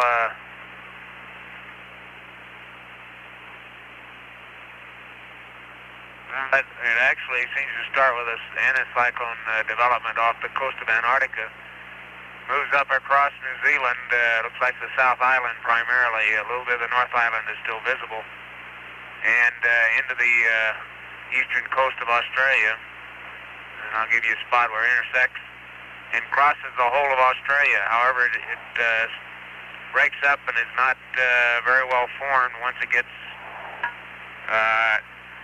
inland away from the coast. I see no well-developed waves on it at this time, so it's hard to say how strong it is. There might be one developing just to the south of New Zealand, or right off the coast of New Zealand.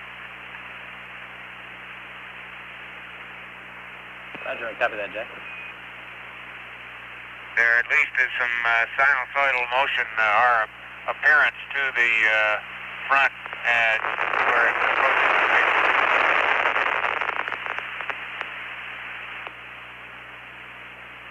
And you'll have to wait because I lost it again. Roger.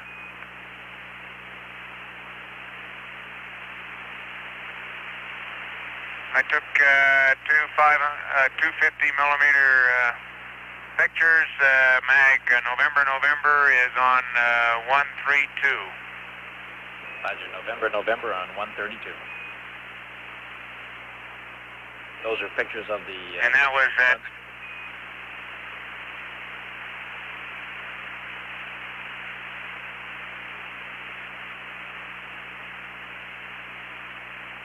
Jack, Houston, were those pictures of those fronts you were talking about?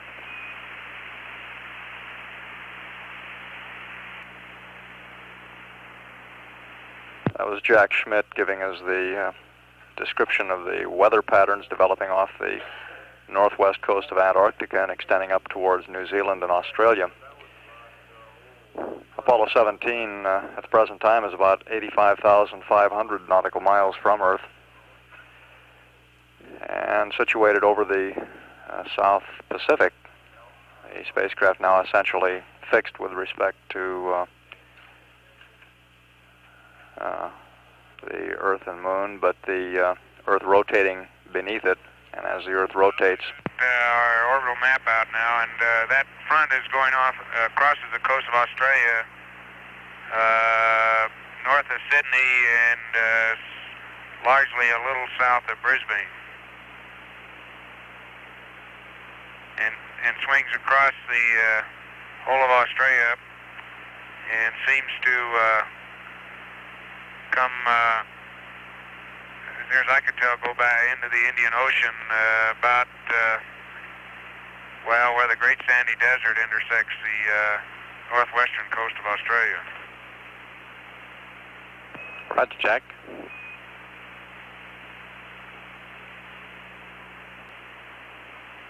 '17, I've got a flight plan update here. Stand by, please. Roger, it's just a short one, one item to change. But if you saw my hands right now, you'd know why I said wait one. I understand. I'm just waiting for your call. Just didn't want you to think we're going to give you a whole wrapper of it. Well, we know you wouldn't do that.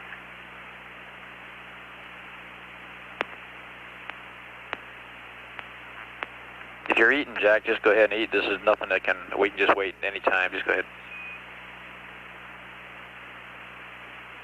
Yeah, I'm not panicking.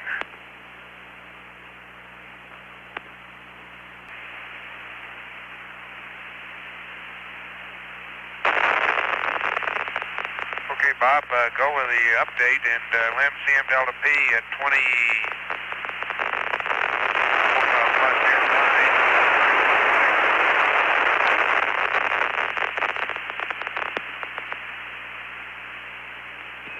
Once you know it, Jack, we just cut out by the antenna switch, and say again the LEM CM Delta P. Okay, 0.6 at 20 plus 09. Roger. Okay, my update is just simply on the bottom of page 3-23 at 2300 hours in the flight plan, or 23 hours in the flight plan. Waste stowage vent valve closed, just delete that one and move it over to 2430. That's because you got started late on that.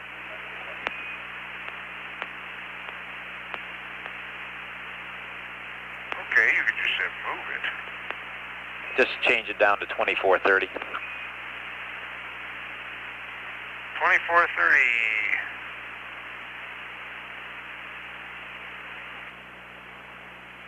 Okay, Bob,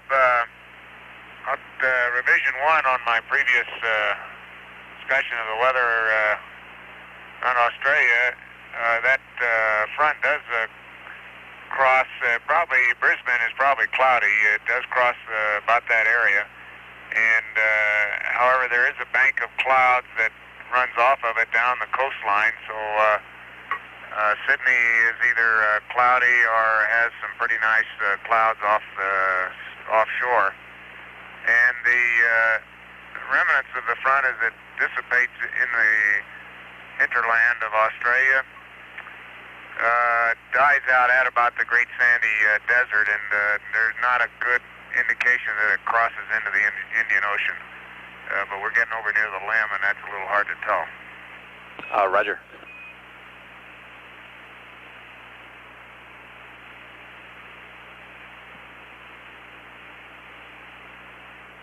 Now, it looks more and more like there's a cyclone circulation developing right over the top of New Zealand, the South Island, I think.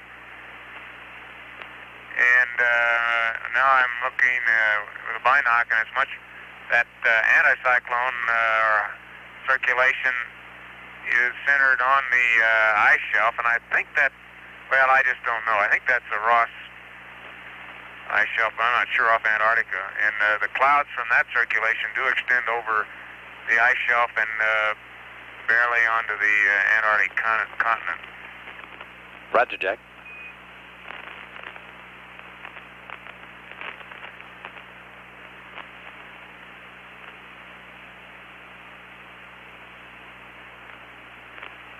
Now, to the north of Antarctica,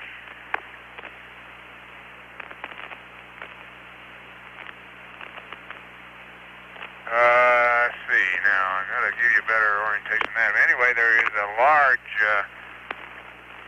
cyclone circulation pattern that has its southern extremity right on the edge of the ice shelf.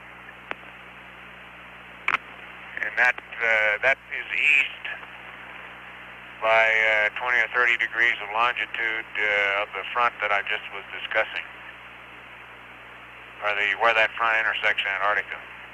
Roger, Jack.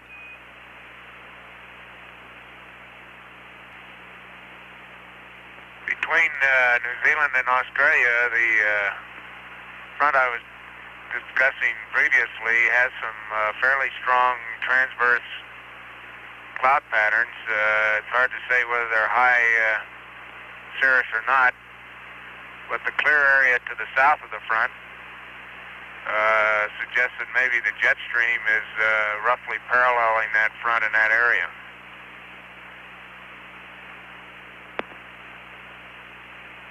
Roger.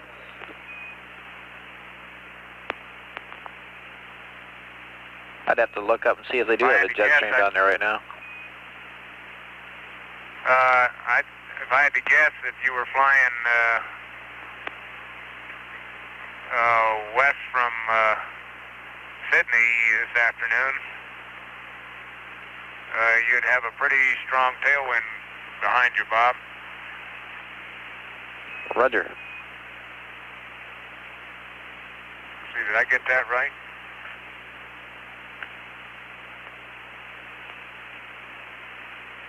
Would you believe a headwind? Okay, I'll believe that.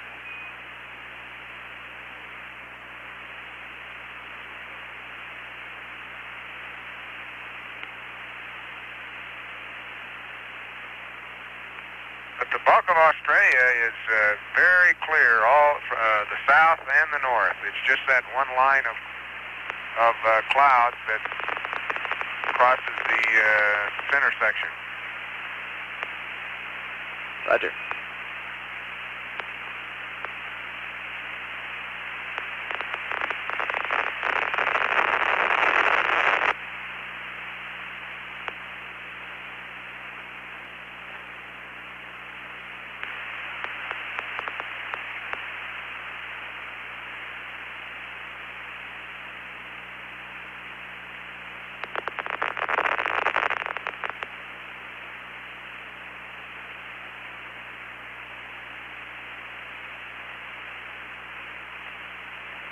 That put all the major cities of the south, Perth and Adelaide, at least, in Melbourne, certainly in the clear. And in the north, Darwin and those areas are very nicely clear today. Roger.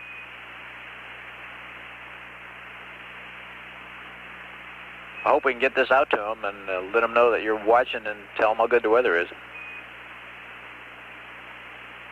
Oh, that's all right. I'm just having fun, Bob.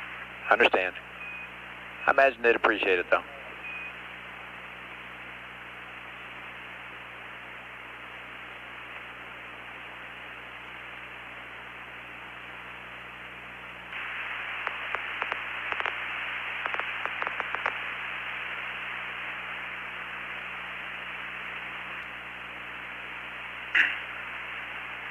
Bob, I tried to pick out the Hawaiian Islands on that last little turn here through window 5, and I can't say that I did. I think I've got the area spotted. It looks like they might be under some fairly heavy cloud cover today.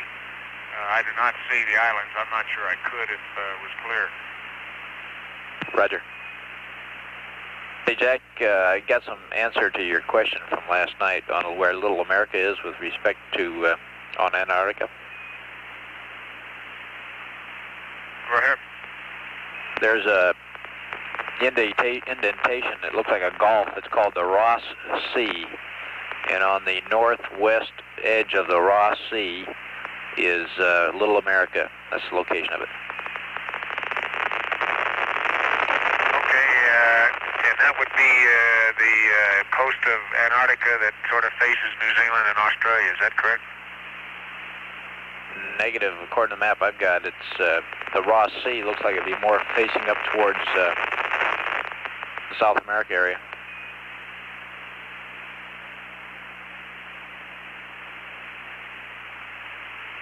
It's actually kind of facing up sort of in the middle between Australia and South America, Jack.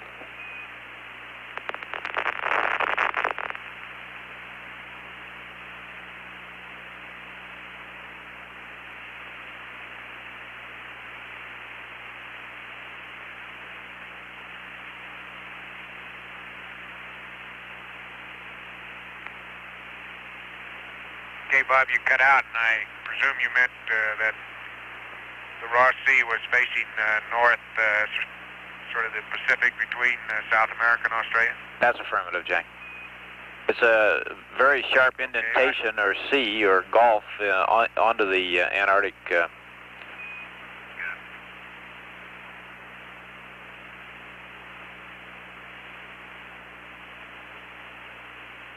Okay, I think I know the area you mean, and I'll check it out again when it comes by. Okay, that's Little America on that northwest edge of that Ross Sea. That's where Little America is.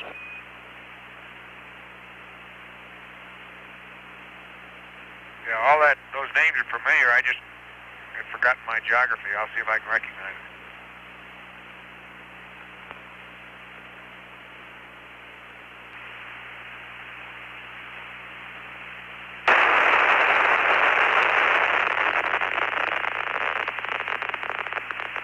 This is Apollo Control at 20 hours 45 minutes. We're occasionally picking up a bit of noise on the air-to-ground circuit. This is due to the fact that the spacecraft is in the passive thermal control mode. As it rotates, we're gradually losing contact through one of the Omni antennas and reestablishing adequate signal strength on another one. And as it moves from antenna to antenna on our coverage, we get the noise. This is a characteristic that becomes more pronounced as the spacecraft gets farther and farther from Earth. Here in Mission Control, the Flight Activities Officer has been actively involved in figuring out how, in the flight plan, we're going to make up for the 2 hours 40 minutes difference from the flight plan liftoff time and the actual liftoff time. One of two things happens when you lift off late for a mission. Either the events that are called out in the flight plan occur at a different Earth time, Central Standard, Eastern Standard, or Greenwich Mean, whichever reference you happen to be using, or the elapsed times change. And the flight planning is all done in terms of elapsed time for the most part. Events that are called off in the flight plan are listed by the amount of time that has elapsed from liftoff. At the present time, in the Apollo 17 flight plan, the amount of time that has elapsed since liftoff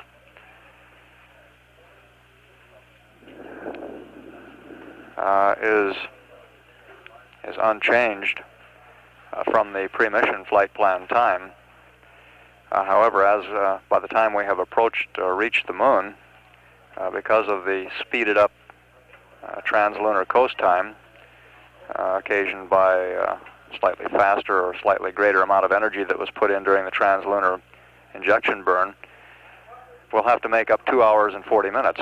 In other words, we'll be arriving at the moon 2 hours 40 minutes earlier than the flight plan allowed for. This means that all of the events that are called out in the flight plan to occur between now and lunar arrival have to be accomplished in 2 hours, 40 minutes less time than the flight plan allows for. This creates no serious problems because it's a relatively quiet period of the mission. It's very easy by adjusting sleep periods slightly and moving the activities up to accomplish it. However, the flight planning officer, flight activities officer, prefers to accomplish this shift in 2 increments rather than in a single one. And this could be likened to a change of daylight savings time where you don't want to make the jump too big at once. You might start interfering in a way that would be noticeable, say with sleep periods. But by accomplishing it in 2 segments, the change is relatively insignificant. And what this amounts to is that at 2 different times in the flight plan, we'll read up changes to the crew, and they will go down the flight plan, moving a series of events approximately 1 hour earlier. The second time that this is done, they'll actually be moving events 1 hour 40 minutes earlier, and at the same time we'll update the clocks in mission control, the ground elapsed time clocks, which serve as the key to where you are in the flight plan, to agree with the changes that we have made in the flight plan. And from that point on, the GET clock will then be back in synchronization with the flight plan.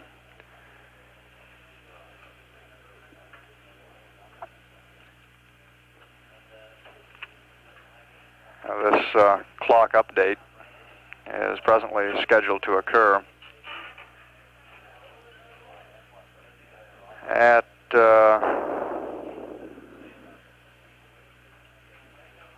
66 hours ground elapsed time, or rather at 67 hours 40 minutes ground elapsed time, and we'll move the clocks to 66 hours. Apollo 17 at the present time is 88,091 nautical miles from Earth.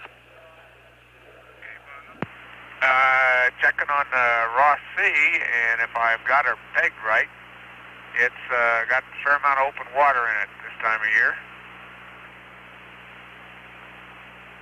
Roger. Although it's completely surrounded, I think, by portions of the ice pack.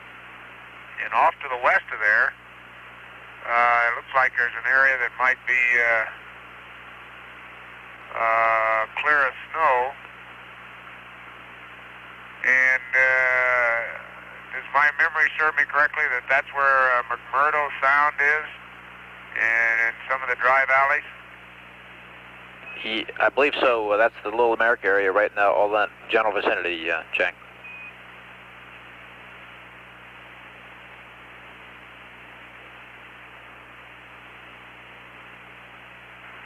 Okay, it looks like the prime recovery area in the Samoa Islands region is clear, and my guess would be from the fairly subdued zero phase point that they might have fairly nice seas out there.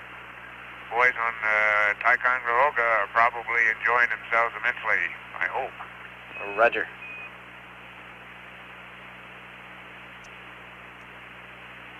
Indonesia looks like it's having a nice day, with the possible exception of the region over just north of Australia. New Guinea in that area, there's some clouds in there. I can't tell whether they're high or low clouds, though. They look like they're probably fairly high clouds. But north of New Guinea, there's a strong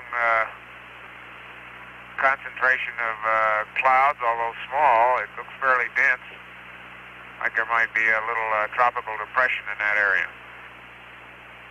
Roger.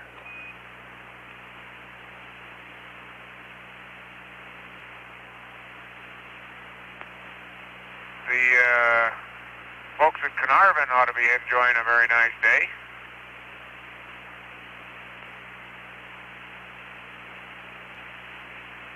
I've been trying to spot tropical storm Teresa, which is a couple days ago was near the Philippines, but I don't think I quite have that visible to me right now. Roger, Jack. Say, you might want to put something in the back of your mind here a minute. We made a run of the DSC recording just now of the TLI to get an idea of the quality of the DSC recording, and Gene came through loud and clear. Ron was very weak and almost unreadable, and we never caught you, Jack, in there. Maybe you weren't saying anything during TLI, but we never did catch anything you said. Okay, I don't recall talking too much during TLI. Right, to understand. Now, Gene came through real loud and clear, so whatever technique he was using went on that tape real well.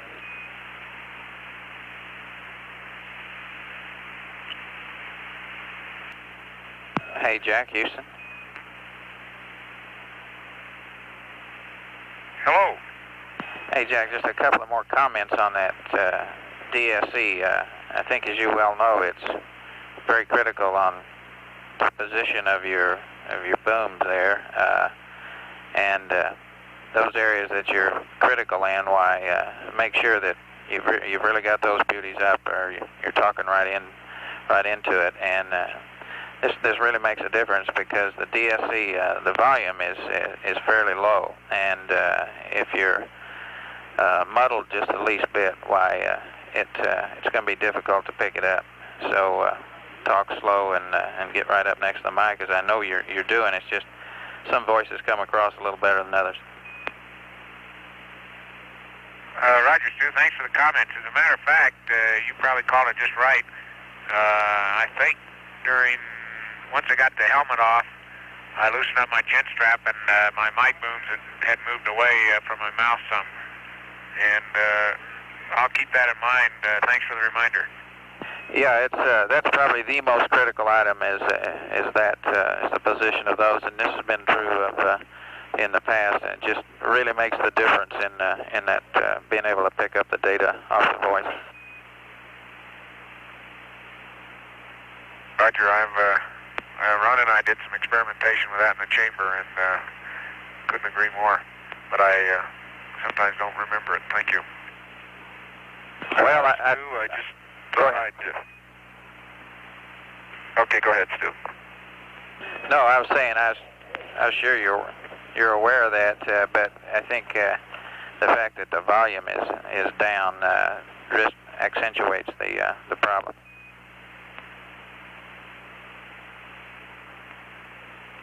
Okay, Gene had something you want to ask you.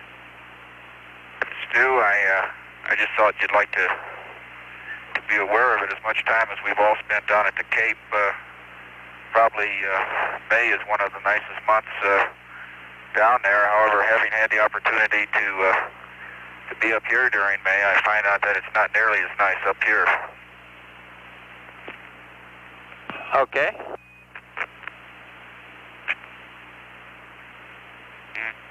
And I'd like to thank all my friends for that. Okay.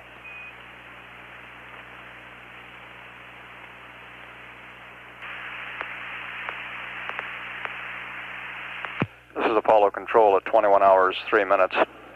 Things continuing to progress smoothly and very quietly here in Mission Control and aboard the spacecraft.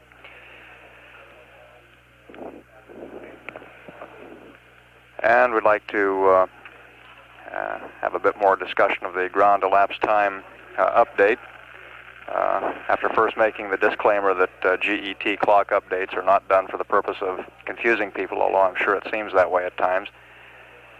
And by way of clarifying the previous description of this GET update, we should point out that the amount of time that the clocks are changed, both here in Mission Control and aboard the spacecraft, will be 2 hours and 40 minutes. And this clock change is scheduled to occur, as mentioned previously, at about 65 hours ground elapsed time. In other words, when the clocks here in the control center and the clocks in the spacecraft, keeping track of the time that has elapsed since liftoff, reach 65 hours, they'll be arbitrarily jumped ahead 2 hours and 40 minutes, so that at that point the clocks agree with the flight plan. However, in order to account for these 2 hours and 40 minutes, which are suddenly going to disappear from the amount of time available to the crew to accomplish their activities. To make it easier on the crew, it'll be done in 2 increments. The first increment of 1 hour and the second increment of 1 hour 40 minutes. And at about the time the second increment of changes is made in the flight plan, we'll also simultaneously update the clocks.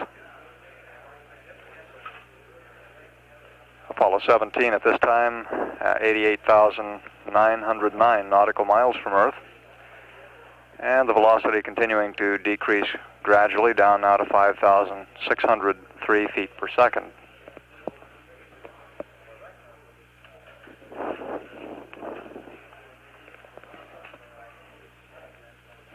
Very little activity scheduled in the flight plan between now and the time the crew begins its rest period. This day aboard the spacecraft has been planned as a relatively short one, recognizing that the crew would not get a great deal of sleep on that very long, as a result of the very long launch day and relatively short sleep period following. This day was intentionally kept short. They're now should be completing their eat period, although they really have nothing showing in the flight plan until about 22 hours, or about another hour from now, where they have allotted time for exercise. They'll be changing the lithium hydroxide canisters that remove carbon dioxide from the spacecraft cabin atmosphere. They'll be realigning the spacecraft platform, the stable platform that's used as an attitude reference by the guidance, navigation, and control system. Then they have one more eat period and go through the pre-sleep checklist, beginning an 8-hour rest period at about 25 hours ground elapsed time, or a little less than 4 hours from now.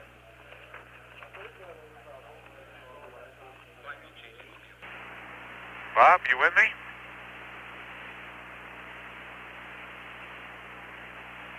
Roger, we wouldn't go away, Jack. We're listening. Did you call? Well, I just, I almost lost the pass here. Just a couple more words about Australia. As a general landmass, it's red. Very strong red hues, except for the north and eastern coasts, where that red gradually merges into a greenish gray. It's as red as portions of northern Africa appeared to me yesterday. Roger. Very striking color.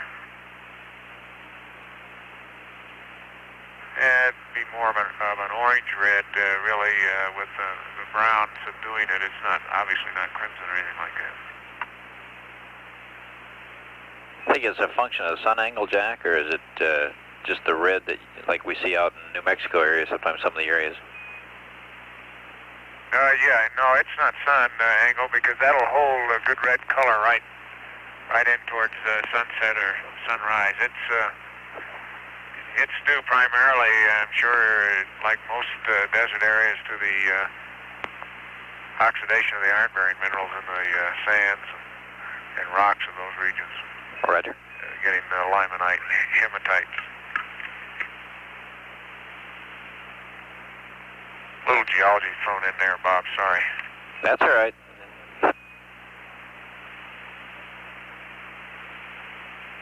Gotta keep you warmed up for the next couple of days.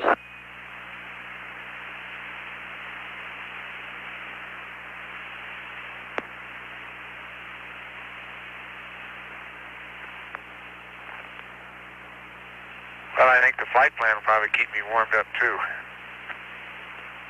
Roger. We thought that timer on T&D was just outstanding.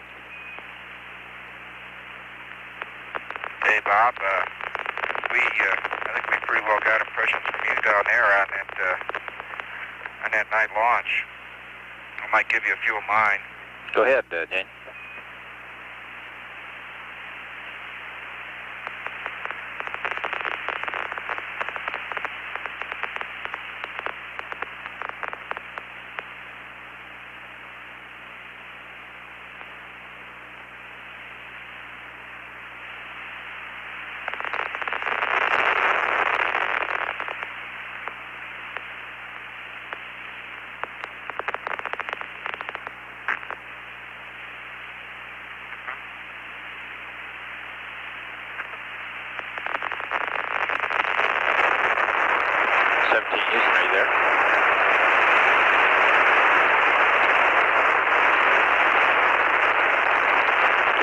right on the edge. If you read me, we're getting a lot of static. You just hang on a minute. We'll be in back into some comm here.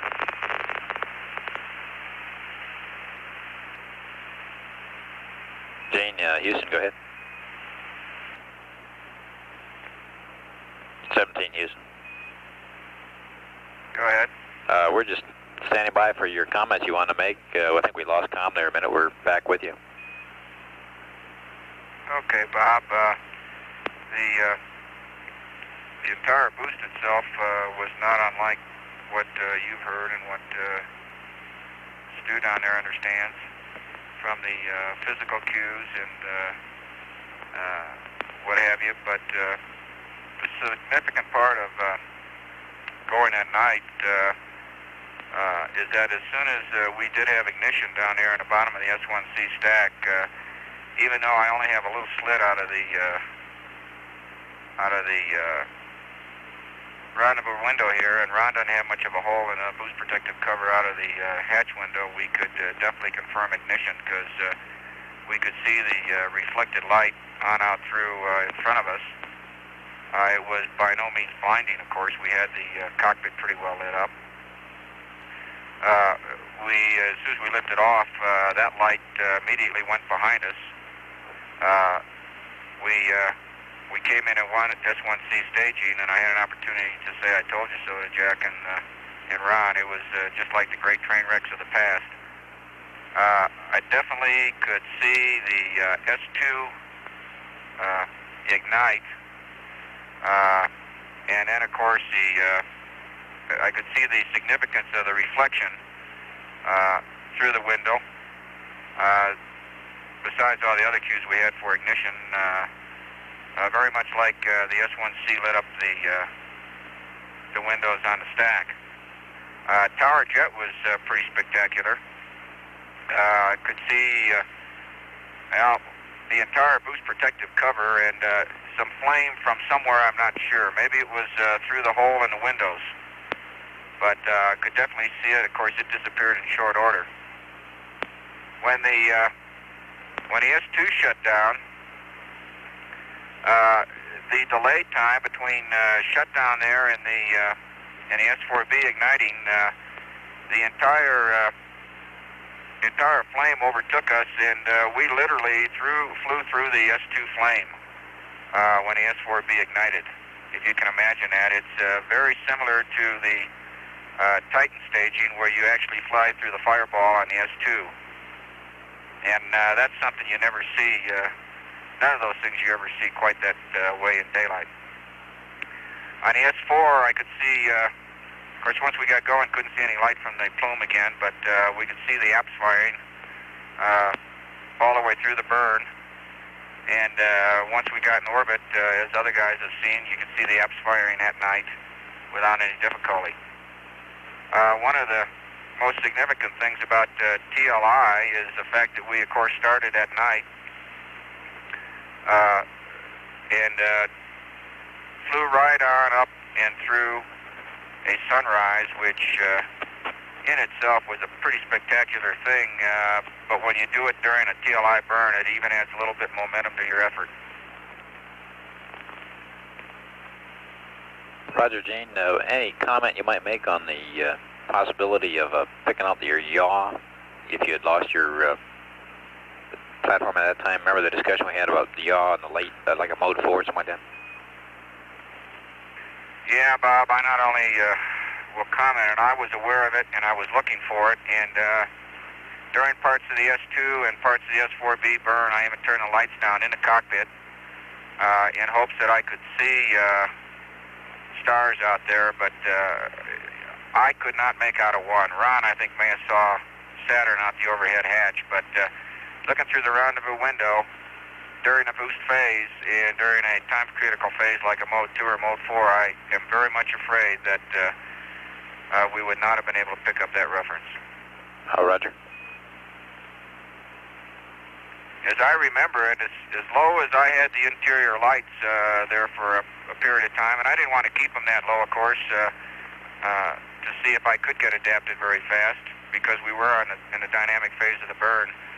But my window just gave me a very deep purplish hue a hue of which I could not literally see through to look to see any stars at all. Now that may have been due to the very low intensity of our interior floodlights.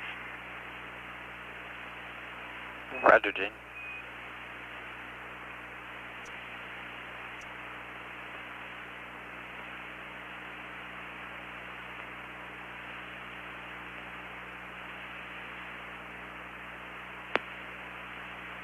Bob, this is Jack. Little lay impression there. I think I saw just about everything Gene was talking about as far as his description, and felt like it was although everything was an amazing experience, each one in itself. After each one was over, you could think back and say, yeah, that's what other guys have said it was like. The old Saturn V has got to be a pretty consistently performing vehicle. But with the added nighttime contrast, I think it made it probably the best ride any three guys have ever had. Roger. Bob, I might add that the S1 was, as usual, pretty shaky on liftoff. I saw all the maneuvers, as I call them out, the yaw and the small reverse roll.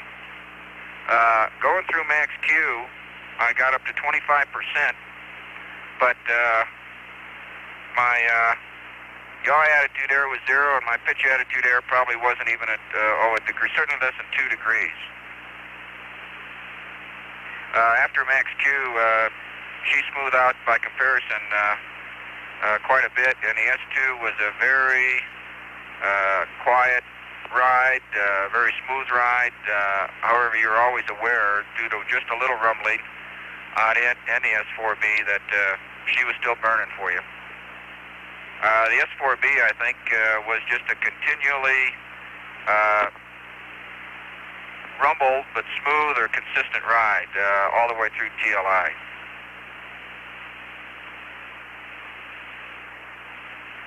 Roger. Gene, I think one of the big things that impressed me was the how instantaneous the decelerations were of each one of the boosters when they cut off. That included the S4 TLI cutoff. No physical appreciation of tail off at all.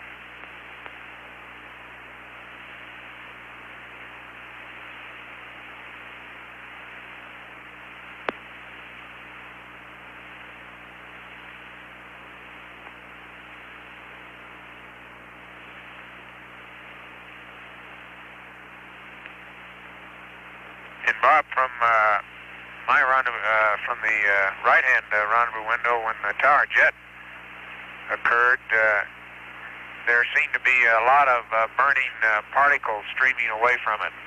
I could not see, did not notice or remember seeing the actual cover or tower itself, but we were inside the cone of the burn, and with a lot of streaming, it looked very much like a skyrocket.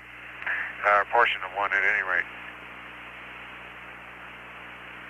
Remind me of the 4th of July out in Silver City a few years ago. Roger. Say, anytime you get your flight plan handy, I've got a discussion here I'd like to run through with you on the how we're going to recover this 2 hours and 40 minutes from the launch delay, and you'll need to copy it into the flight plan. And then just want you to be advised, we're not happy with the PTC. We've got a half angle of about 17 degrees, and so sometime after the P52 coming up at 2300, we'll want to do another PTC, or initiate PTC again.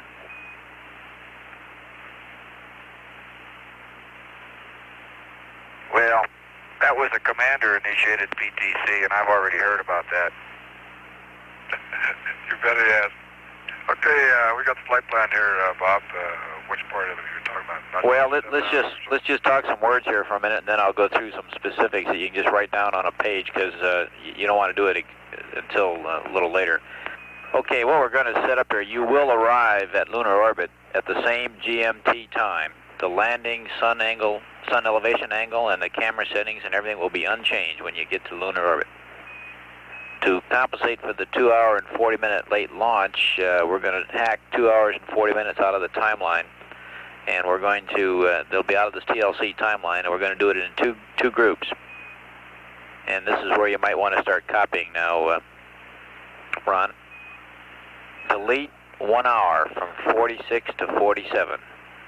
From 46 to 47, we're just going to delete the activities that are presently scheduled at 46:30 to 47:00. You'll perform at 45. Move those to 45. Let me read that again. Delete 1 hour from 46:00 to 47:00. The activities that are listed at 46:30 to 47:00 perform at 45:00.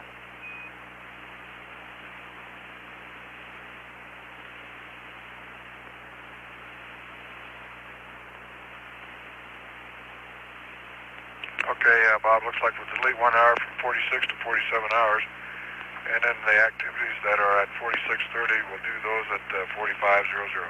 Roger, Ron. And then starting at 47, just scratch 1 hour off of each time. Just subtract 1 hour from each of those times up through 66 hours. Just subtract 1 hour from 47 up through 66.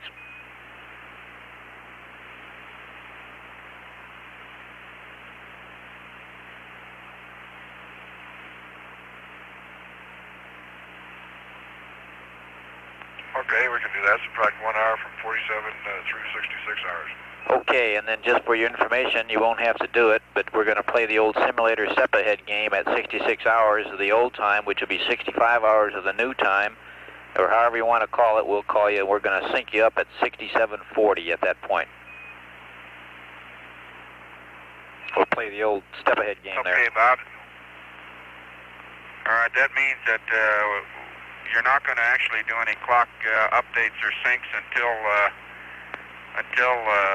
somewhere in the 60s there, not in the 40s. Roger, it'll be 65 hours on the new time or 66 hours on the old time, depends on you will look at, but that's when we'll sync you up. Okay. You'll be in sync all the way out to that time. We're just going to delete and jump you to 67:40. Okay. And just another note of interest, you don't have to write this down. Let me see, I'll read it to you. The awake periods will be on day 3. You'll be 15 hours, 8 hours sleep starting at 11:33 CST. Then at day 4, you'll be 14 and 20 hours with 8 hours sleep. So it actually just shortens a couple days there.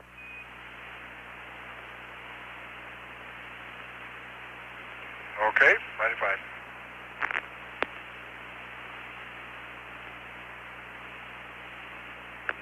The beauty of that Tommy came up with on that, Ron, is that all you have to do is go subtract those 1 hours and no more reading or anything else, just subtract them and we're in business.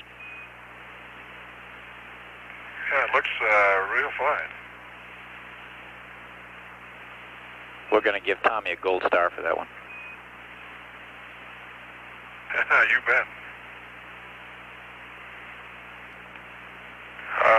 Bob, this is Jack. I'm going to try to get a little exercise.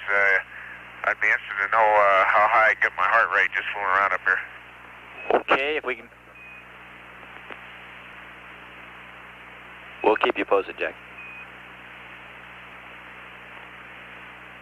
Bob, just to keep you and people there thinking a little bit, today is a relatively short day, but it's a good day because it gives us a chance to again get acclimated, finish our stowage, and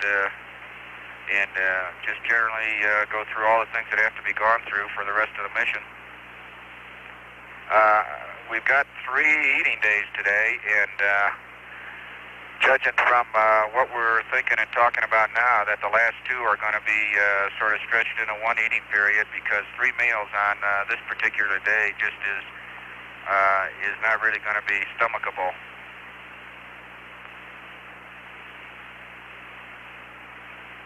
Roger, we understand that.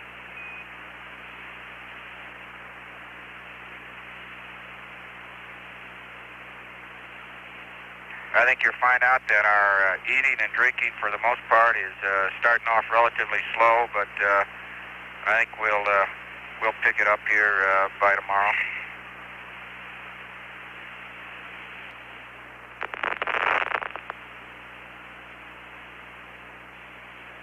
Bob, one other thing while I'm thinking about it, the PU shifts were all noticeable, but probably the one that really caught me a little bit by surprise was the PU shift on the S4B during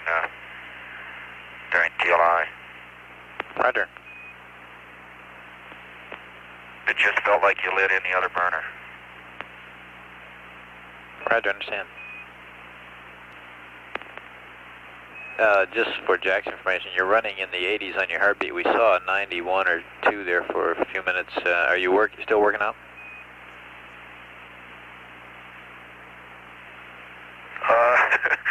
Yeah, that's sort of discouraging. Sorry, babe.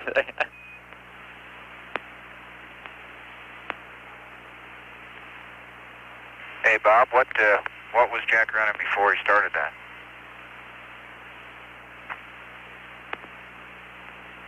He was running in the 60s, a constant, somewhere in the mid-60s. Okay. Okay, Jack, you're running about 105 and 103 right now. It's kind of interesting, Jack. You slow down and then you're back up to 105 right now. Now you're slowing down again. Flight Surgeon John Schmitt is watching the heart rates of Jack Schmitt as Jack exercises aboard the spacecraft using a modified exerciser. It consists primarily of a cylinder and a cord that comes out of it.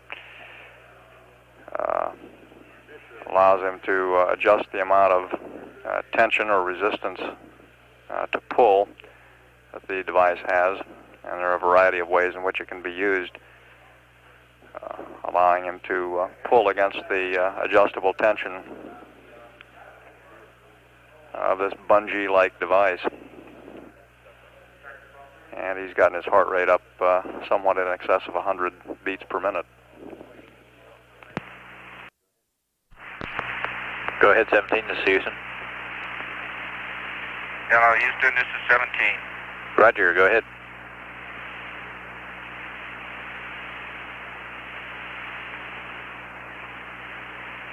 Houston, go ahead. Hello, Houston, it's 17. Roger, 17, go ahead. Roger, 17, go ahead. Hello, 17, Houston, you read? Honeysuckle Comtech, Houston Comtech, net 1. Goddard voice, Houston Comtech, net 1. Goddard voice. Roger, Goddard, I'm reading you loud and clear. Honeysuckle, I'm not getting to him. Hello, Houston, this is America, over. America, Houston, stand by. If you read us, don't change anything in the cockpit yet. 17, Honeysuckle. Roger, Honeysuckle, I read Hello, you. Honeysuckle, 17's reading you loud and clear. Roger, we have a comm outage. I'll be right with you. Okay, very fine. How are things down there today? Fine, your weather report was beautiful. The call this morning. Your country looks beautiful from here. Okay, 17, Houston, how do you read now? We got you, Bob. Okay, that was our network problem, not your problem on board. Okay, thank you. I just figured out what happened to my PTC here. With his exercises, Jack is shaking all of America in all 3 axes here. Roger, you finally got to 115 on the heart rate. Yeah, my right needles are bouncing back and forth a half a degree. Roger. Got to find something to pin it on.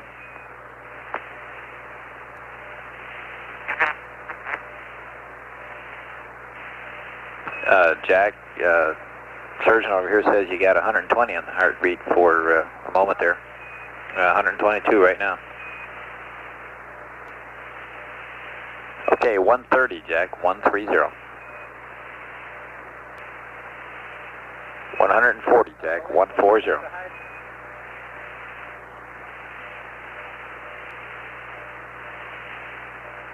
The numbers reported to Jack Schmitt by Capcom are his heart rate. You heard him report a heart rate up to about 140 beats per minute, as Jack is apparently continuing to exercise vigorously with the onboard exerciser. This is aimed, among other things, at keeping the cardiovascular system, which tends to get lazy in zero gravity, in condition.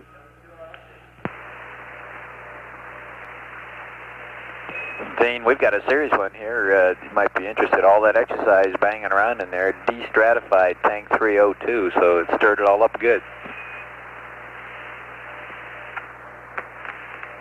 Yeah. Glad we brought him along then. We found some use for him. Once an ecom, always an ecom.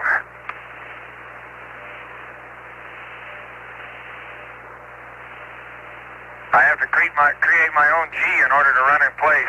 Roger.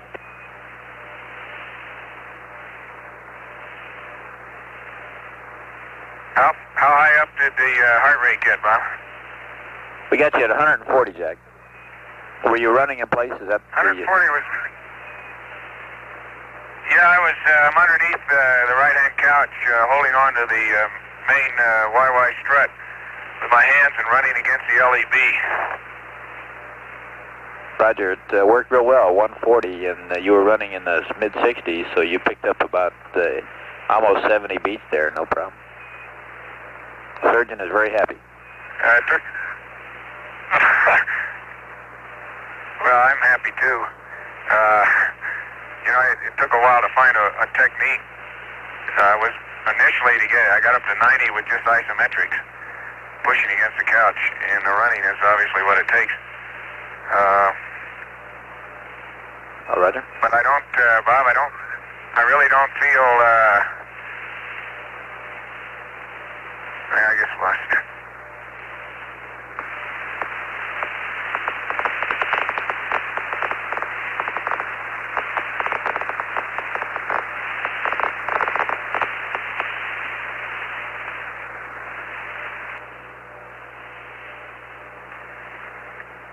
Hello, Houston, 17, you still there? Roger, we're with you. We had a little comm problem there as you know, coning on this as we're changing on the antenna, but we're with you. Okay, what's the heart rate right now? Right at standby.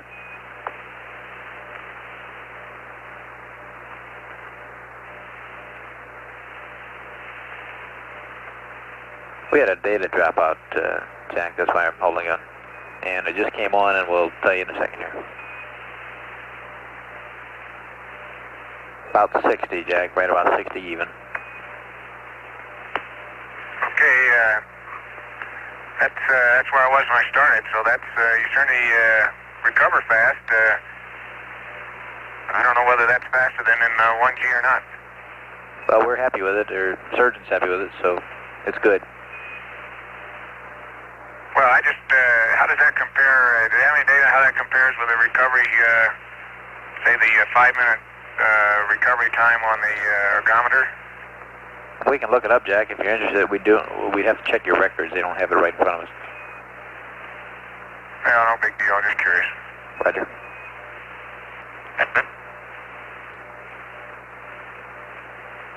Jack, just for your information, surgeons pulled out the recovery rate data, and it's the same with our data, which is a little rough here. It's the same for 0G as your 1G odometer data. Okay, that's very interesting. Roger.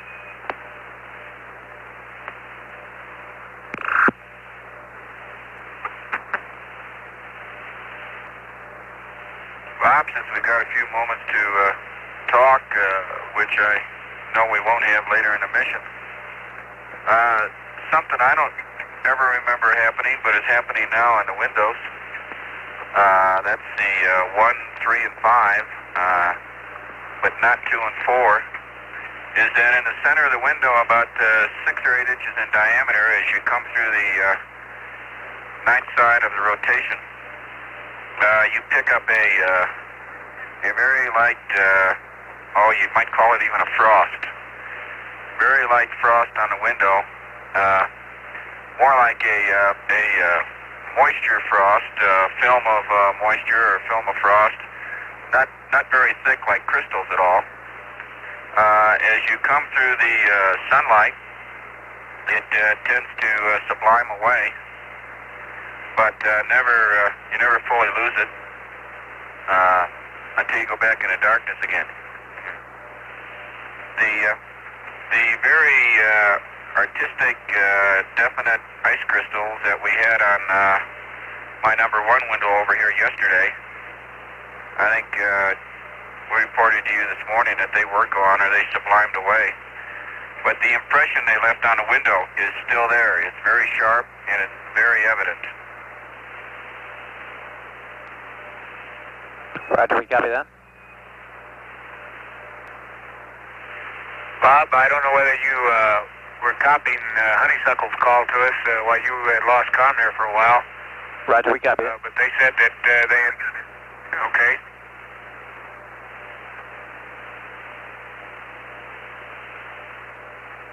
Kind of concurred with your weather report there, Jack. Well, lucky guess. I might say that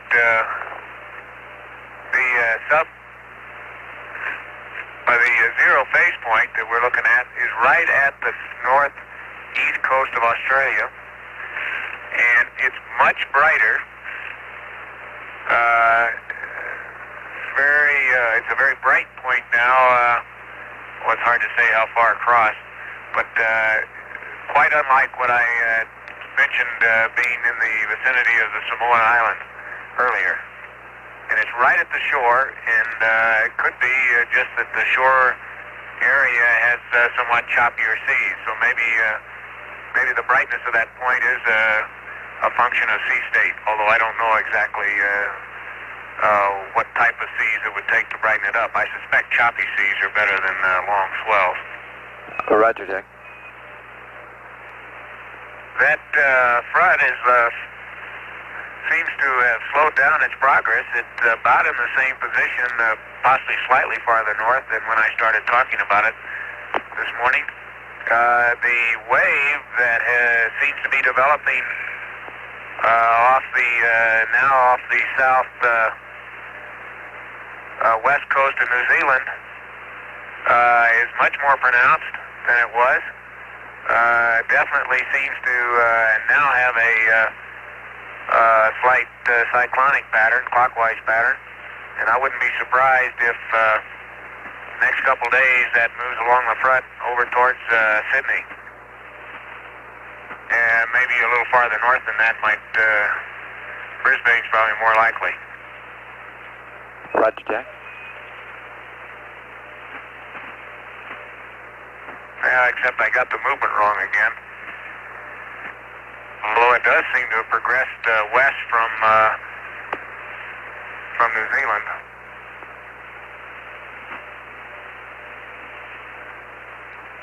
Roger. I take back what I said about forecasting Sydney's weather. I think I would suspect that would move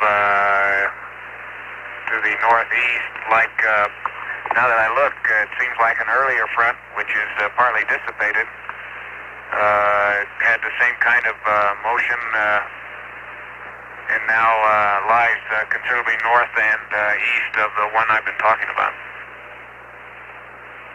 Roger.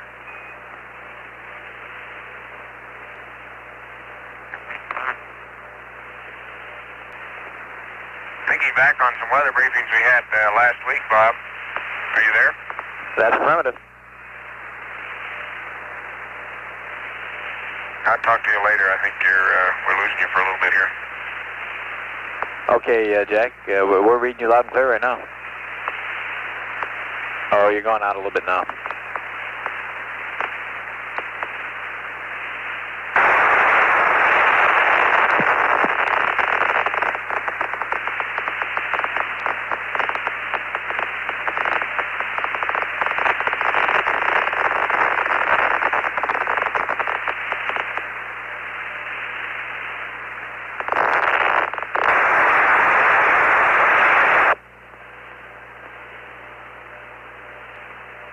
back with us, Bob?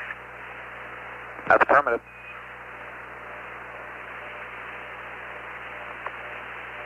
Okay, I was going to try to recover there from that last few statements.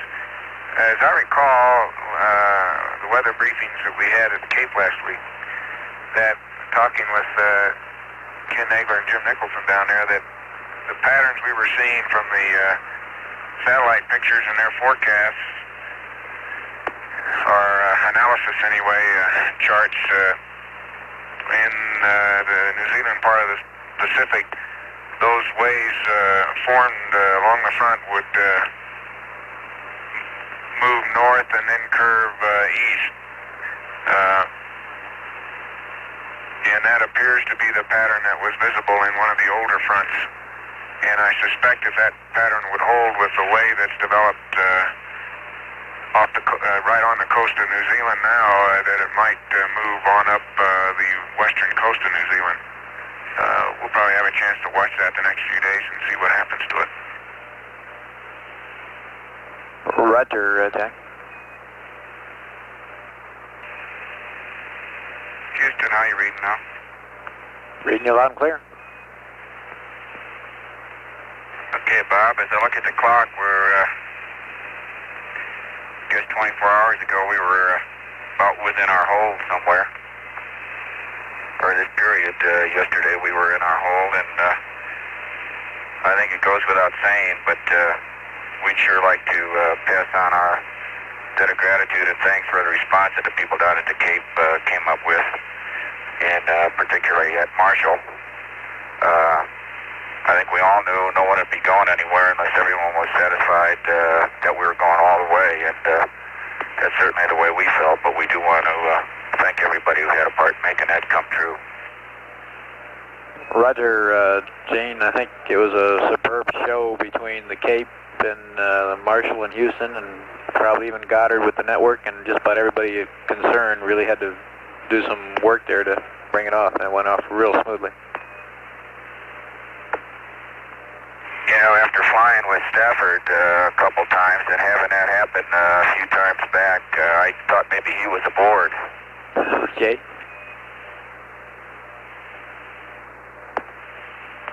I think that was the first for getting the Saturn V to 30 seconds before ignition, and or rather actually 30 seconds before liftoff and holding there.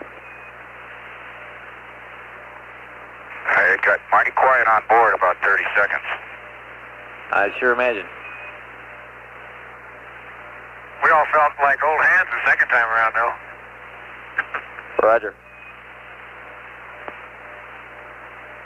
Bob, I'd been in that 30-second count one other time, and it's no different the second time around. Roger. But we do appreciate the work, and I think it's typical of what made this manned space program such a super program, the response of people like that. We concur with that, Gene, wholeheartedly.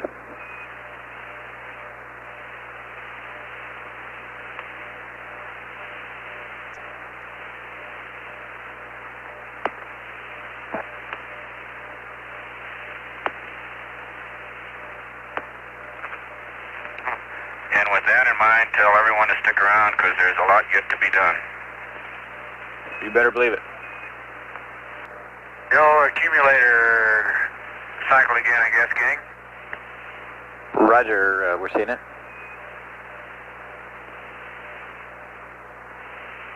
Looks like you got a master alarm. Is that affirmed? Yes, sir. That's how we tell these days. Although it doesn't happen all the time, and I guess as long as whenever we have that waste vent closed, we probably wouldn't be bothered by it at night. Roger, that's our feelings here, Jack. Say, Gene and Ron, I talked to your fowls on the phone here a little while ago, and they gave me a very interesting observation you might appreciate. They were standing close to some water when launched, and they noticed that when the booster lit up, something scared all the fish because the water literally began to boil with fish jumping from the light, I guess, or from the shock wave, something. It was made a very distinct impression because that's the first thing both of them told me about. That's pretty neat. It's a neat way to go scare up the fish, I guess. Right.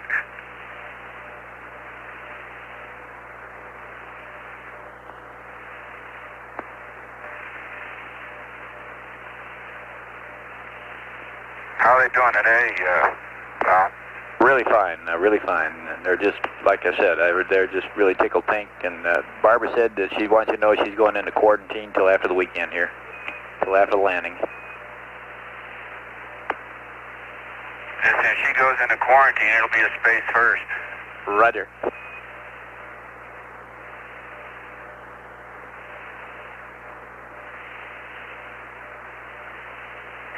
You got to be careful now. You know what to tell them. Go ahead, Bob. You got to be careful now. The hot boxes are open. The hotlines are open at the houses there, so everything you say is being listened to.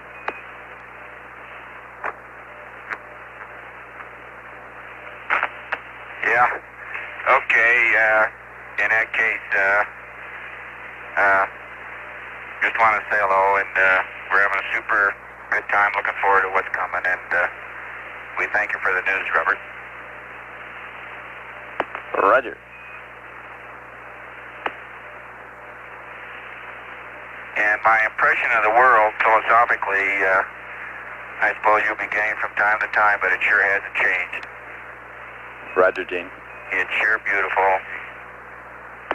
It's sure beautiful, and looking back at it, there's several billion people who have got a lot to work for, because it's one of the most beautiful sights we've ever seen here. Roger, Gene. You guys are sounding great and doing real great. We're pressing right on here. I just want to emphasize, Bob, that these first 2 days, of course, yesterday was a pretty good day, but today we're catching up, and as I say on the food consumption, don't be expecting too much. Roger.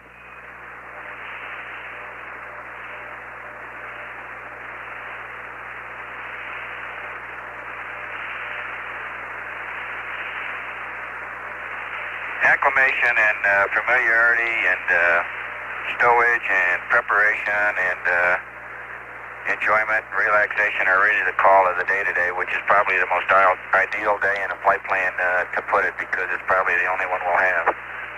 Roger. Not that they aren't all going to be enjoyable.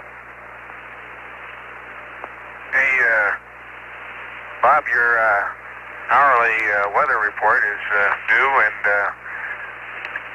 I'll wait a while. I keep losing your comm. Okay.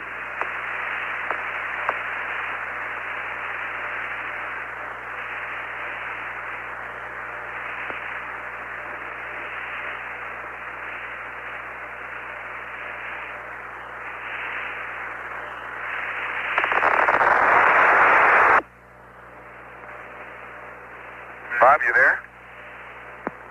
Roger, Jack. We're standing by. Okay, I had a quick look, and just bring you up to date. We're starting to be able to see the coast of Asia. Philippines are wide open today, and that tropical storm Teresa that I mentioned, I thought I could see. Indeed, I'm sure that's what that little concentrated mass of clouds was north of New Guinea. And I suspect, although I didn't get a good fix on it, that the folks at Guam may be in for some heavy weather.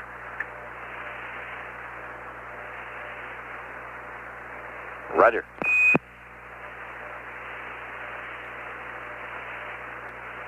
On Bob, I got another pair of pictures, and that would be up to 134. Roger, that's on November, is that a firm? That's from. Real good show. And that was taken last pass about 10 minutes ago, if you want to keep track of the GET. Roger, thanks, Jack. I'm doing that. Just for some information for Ron in particular, we've evaluated the data from the mapping camera and the pan camera cycling there, and it looks real good. Everything looks right normal. Hey, that's outstanding. Good deal.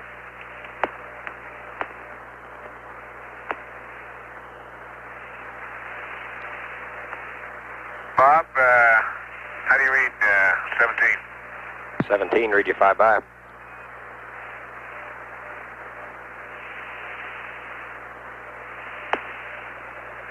That's the strangest sounding Bob I ever heard.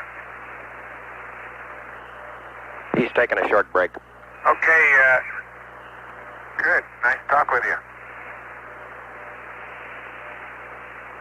Hey, I don't know whether you were around, Gene, the other day when I was talking about the circulation patterns around Antarctica. We were looking then at the Indian Ocean, or actually South Atlantic and the Indian Ocean region.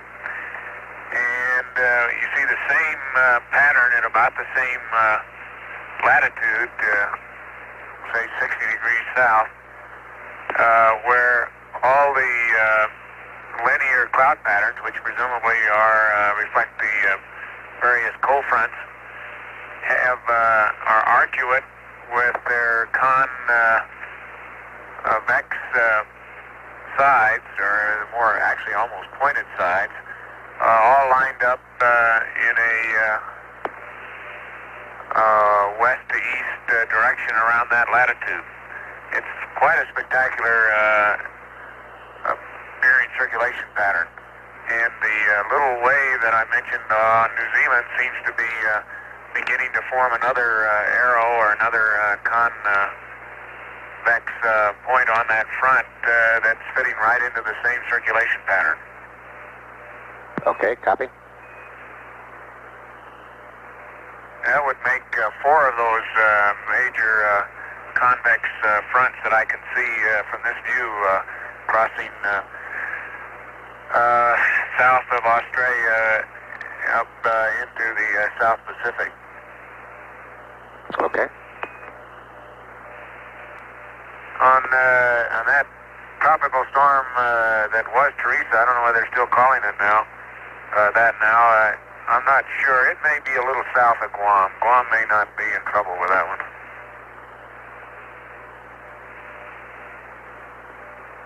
It looks like it's just a bit to the west of Manila there. About 5 or 6 degrees, or more than that about. Looks like it's about 5 degrees west of Manila and about 5 degrees south. And it is still called Teresa.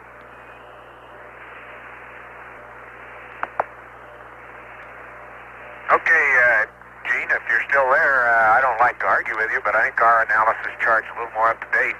Okay. In the center, that area you just mentioned is very clear now, east of the Philippines. Did you say west or east of the Philippines? West of the Philippines.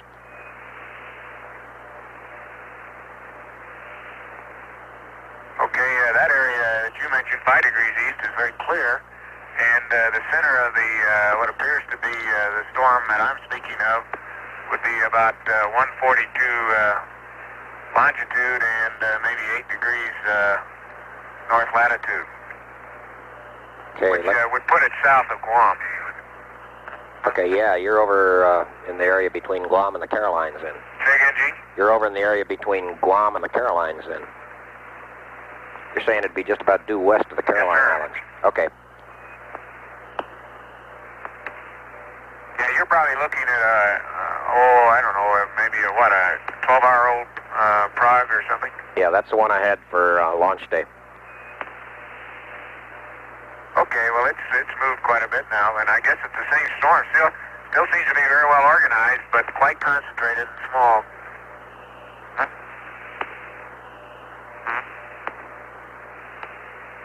Okay, I'll get a new prog in and compare your estimate there. Yeah, I think that's pretty good.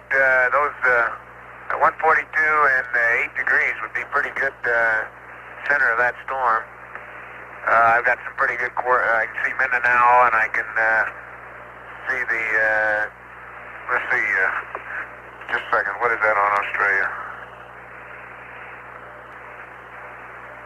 Yeah, of course, that's Port Moresby. I can see that point there, and between those two, I can pin that down probably within a couple degrees. Okay. We'll get a satellite photo and bring it in here in just a bit.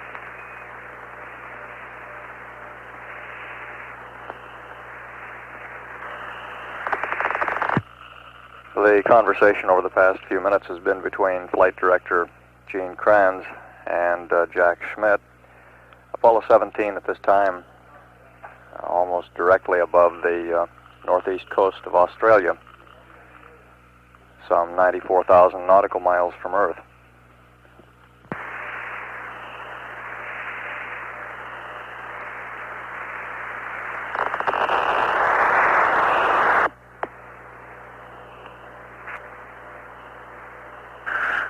Houston, canister number 4 is in Bravo now. Roger, we copy that. Houston 17. Go ahead, 17.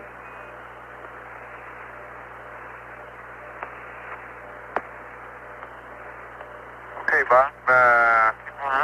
That storm just off the south west coast of New Zealand is still intensifying and has both high and low level clouds, as you can see by shadow lines. It looks like it may grow into a pretty fair storm system. Borneo is very clear today, and as is the Philippines, and I mentioned, there's looks like a very strong frontal system that stretches from, let's say the south coast of, or southeast coast of Vietnam, between and across Taiwan, between the Philippines and Taiwan, and across Taiwan, and right along, and I can't tell, I think just south of Japan. I can't tell whether Japan's in the front or not. I'll look at it some more. The strongest storm center that I can see on that is way north, and probably Hokkaido has a fair amount of weather from that storm system.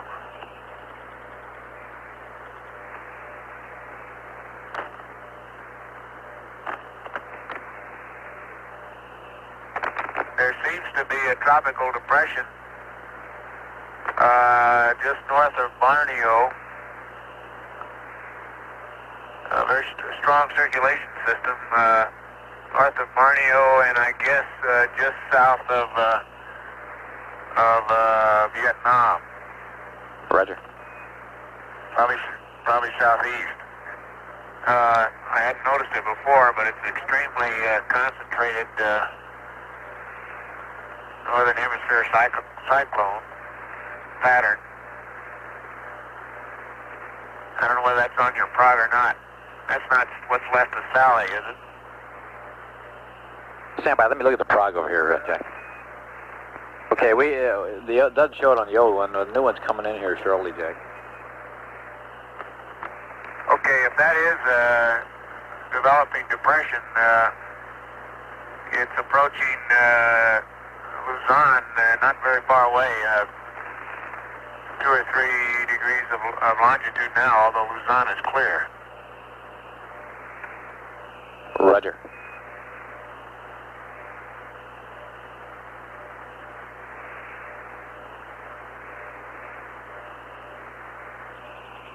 I can see Korea quite well, Bob.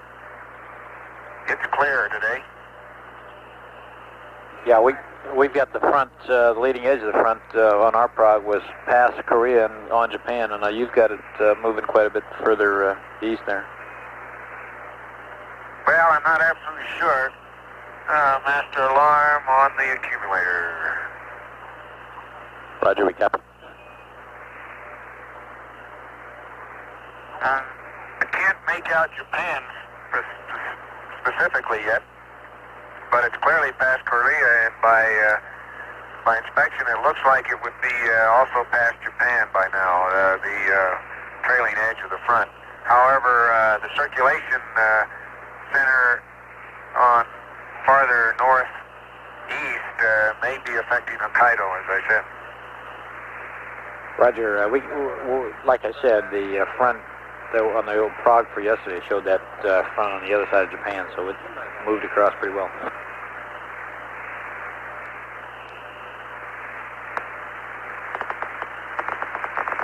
As I recall, they had a tropical storm called Sally that went into a few days ago, and so I suspect this new one that I think I see between Borneo and Vietnam may be something else. A new depression, or I may be fooled by it.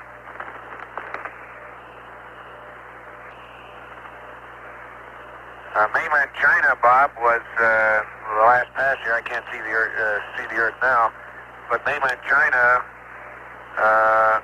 looked like it was clear as far as I could see. There might be another front quite a ways inland, but that gets right at the limb, and I can't tell. But Korea, Yellow Sea, and the regions of China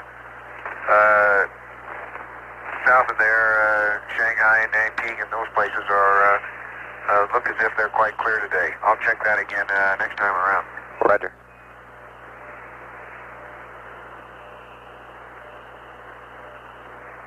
And Jack, we're ready to terminate the charge on battery B and start the charge on battery A. Okay, that's in work.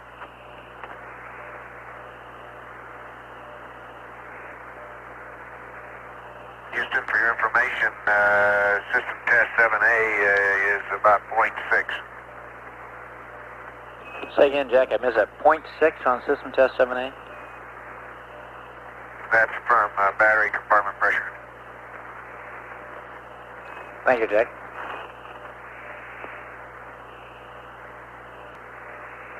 Okay, Bob, battery A is being charged now. Roger, Jack.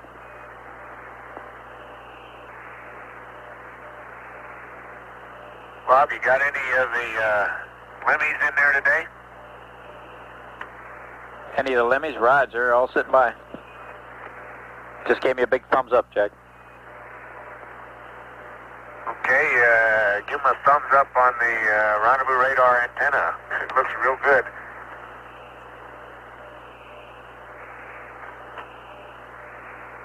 Roger. I'm nose to nose with it practically here at about 2 feet, and it's extremely clean, and see absolutely no sign of anything abnormal with it. Roger. Matter of fact, compared to some of the flaking problems and things like that we've heard about in the past, I never saw a cleaner piece of hardware than that limb looks right now. Roger. Appropriately, finally, we're starting to use it during the Christmas season. It sure looks like a Christmas package with all the orange tape on it. Roger. Ron, we got your noun 05. Okay, all clear to accept that one this time.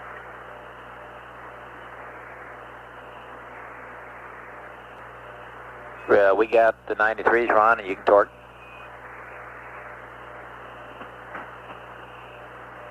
Okay, I'll torque it to 940.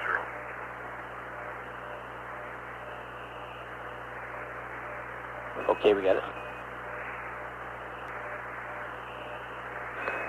And Jack, we've been looking at our records. We don't have a previous system test reading for 7 Alpha. Do you recall of any previous readings on that one?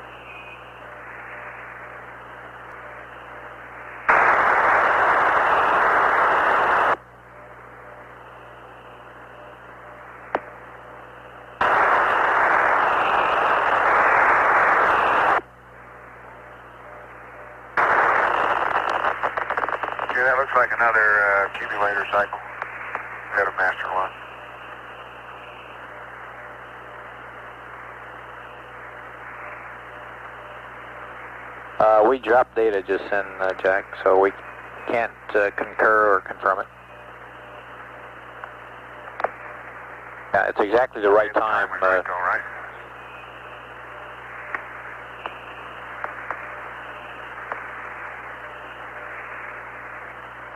Bob, you cut out about your system test meter discussion. Roger, Jack. Do you have any previous 7 alpha readings? We don't have any in our log here, and we're just wondering what the past readings on that was. No, I think that's the first one that we would have been called to make after a battery charge, right? That's firm, Jack. Go ahead, Jack. You're coming in very weak. Well, I didn't intend to be transmitting. We were just discussing the battery vent and things. We may have missed something in the dump checklist. We'll check it out. No, sir. We don't think so. We just thought maybe you might have read it earlier. Oh, yeah. You want the battery vent. It should be closed now, right? Stand by, Jack. Okay, Ron says it ought to be open. That's a firm. Let me check it should be open. There's no question about that. It should be open. Okay, it's open. No problem, Jack. It should be open, but the value appears a bit low to us, and we'd like to read it again before you go to sleep. We may want to close it.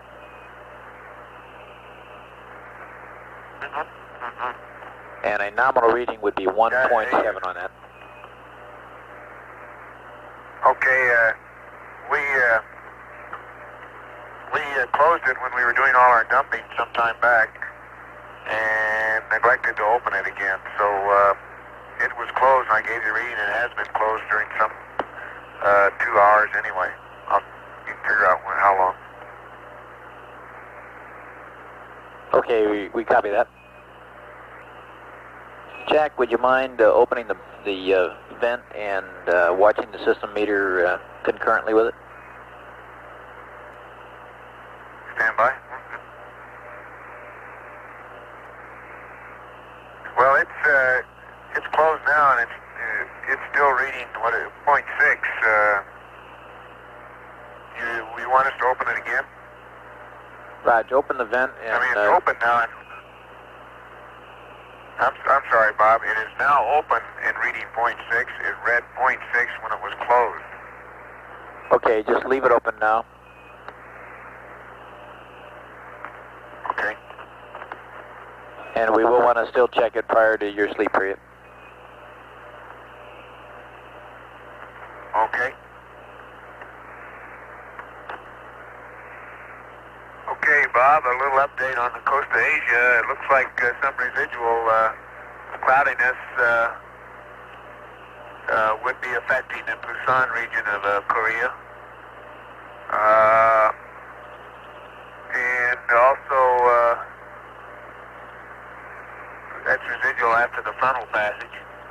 And it looks like maybe Shanghai, after all, may have some storms associated with it, but it's really hard to pick out exactly the exact coastline of Asia. But there are some clouds in the Yellow Sea behind the front. Look like they might be possibly some high cirrus as well. Jack, do you still see that storm that you said was sitting between Guam and Borneo in that area? Okay, I see there is this cloud concentration between New Guinea and Guam. The more I look at it, the less well-developed it appears to me compared to some of the other circulation patterns. It could be just the residual depression from Teresa that's moved out into that area. It is an isolated, relatively isolated cloud pattern, fairly small but apparently fairly dense, but does not have a strong cyclonic pattern to it. Nothing at all like the pattern that now exists above Borneo and seems to be moving towards Luzon. Roger, we copy.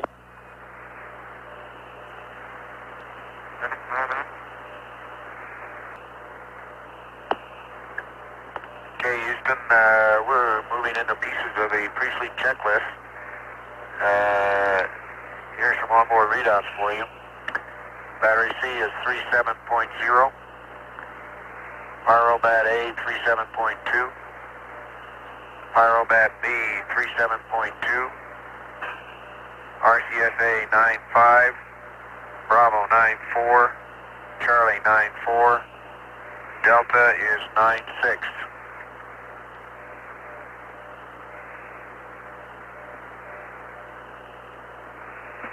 Roger, we copy that. And if you started, we don't want you to reinitialize the PTC until about 2400 on the timeline. Okay. We're just getting a little ahead. We took us longer last night on the pre-sleep than we expected. We're trying to work it out again.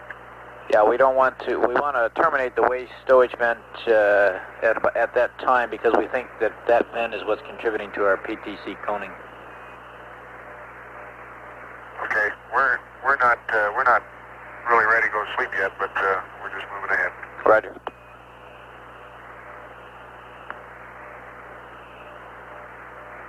And if it's okay, I'll cycle the H2 fans. Roger, we're standing by. Okay, the fans are off. Roger.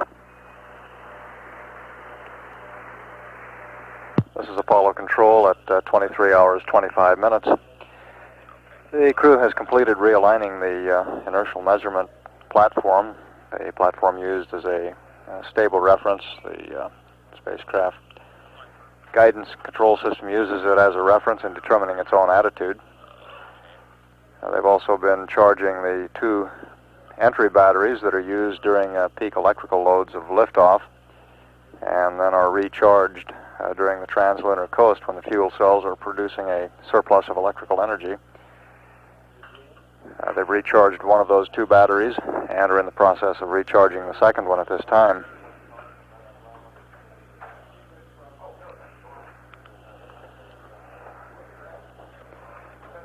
And you heard the crew describe going into their pre-sleep checklist, getting things aboard the spacecraft configured for the sleep period, which is scheduled to begin at 25 hours ground elapsed time, or a little more than 1.5 hours from now.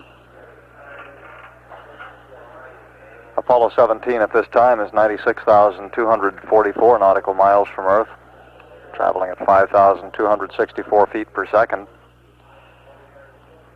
And all spacecraft systems continue to function almost perfectly as planned.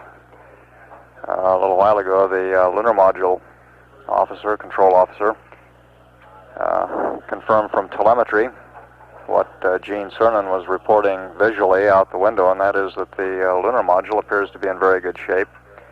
Of course, we have a limited number of telemetry readings on the LEM at this point, but one of them that we do have gives us an indication of the integrity or tightness of the LEM cabin, and we see that from the amount of pressure decay. It appears to be a very tight vehicle. Hey, Jack, we got a request in here from our Araya friends.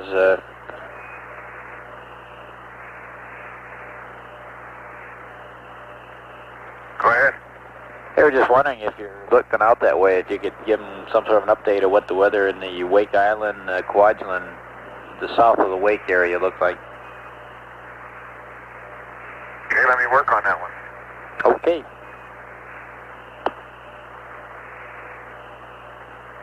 You're going to earn your American Meteorological Society badge here pretty quick.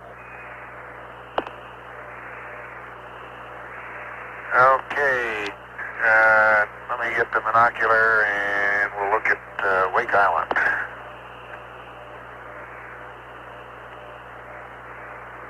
I miss having all those nice latitude and longitude lines on the globe. Yes, sir. The Araya friends that Capcom Robert Overmeyer was referring to are the crews of the Apollo range instrumented aircraft used in supplementing the manned spaceflight network coverage. They'll be leaving from Patrick Air Force Base prior to the end of the mission and flying into the Wake Island area to be on station during Apollo 17's re-entry and splashdown.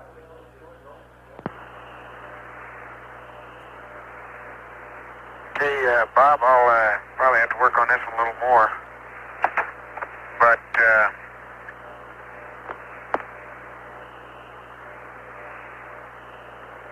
it looks like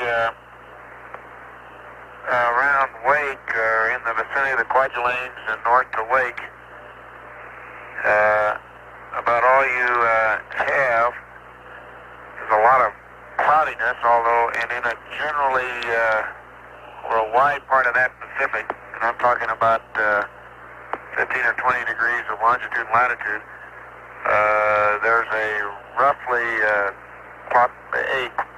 clockwise circulation pattern, but the clouds do not look very dense or concentrated in any one area. And it leading off to the south east from that general cloud mass, their cyclonic or anticyclonic cloud mass is one of the old fronts, or at least one of the old linear cloud patterns that extends down into the South Pacific.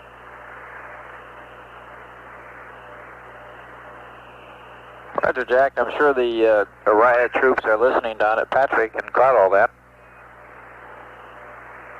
Well, my guess is, Bob, and it's purely a guess, is that they're probably, if they were out there right now, would be experiencing intermediate layer clouds with scattered showers and not too strongly developed circulation system, so I can't predict the wind, but I wouldn't expect them to be anything what might be down associated with the remnants of the tropical depression Teresa. Now that Teresa, what's left of it, if I'm correct in picking it out there, probably is moving in that direction, although it looks weak enough that right now I don't think it'll be any big problem, and it may in fact go south of there. Roger, the frog I got in my hand for 3-hour-old weather has Teresa located just about in the Manila area. Did you concur with that, or do you think it passed the Philippines? Well, I don't. Manila's clear. The only thing approaching near Manila is this other storm center that now is north of Borneo, and to the east of Manila, it's clear all the way over to this little cloud mass that I was guessing might be Teresa. Roger. Well, I say this was 3 hours old, That's so... about, I gave Gene Kranz some coordinates on it. You can look it up. Those were pretty good coordinates for that cloud mass. Now, whether that's really Teresa or not, I don't know.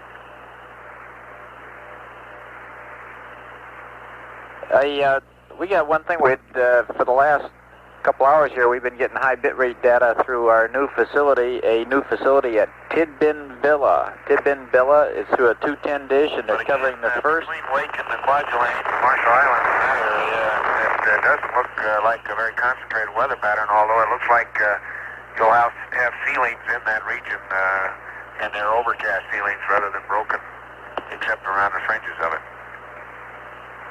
Roger. We'll keep an eye on it, of course.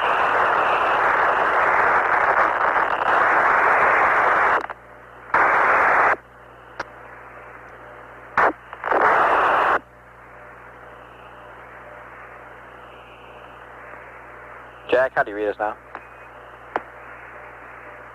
You're loud and clear? Okay, 17, for the last 2 hours, we've been getting high bitrate data from a new facility, the facility at Tidbinbilla, and they're working their first Apollo flight ever. You might give them a cheery hello. Okay. Tidbinbilla, is that correct? That's affirmative. Very close to the honeysuckle Where is site. that? Very close to honeysuckle. Well, how you doing? How you doing, mates?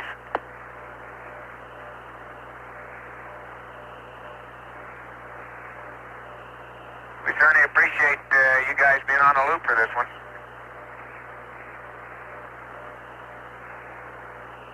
All right. Bye.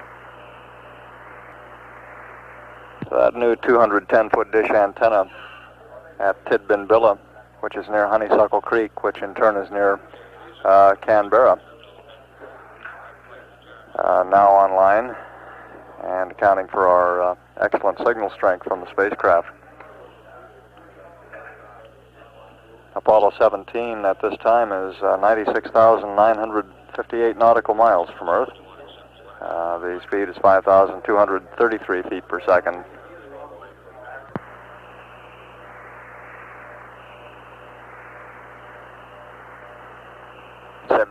Houston, we'd like accept, and we'll update your gyro drift, the pitch roll and yaw drift.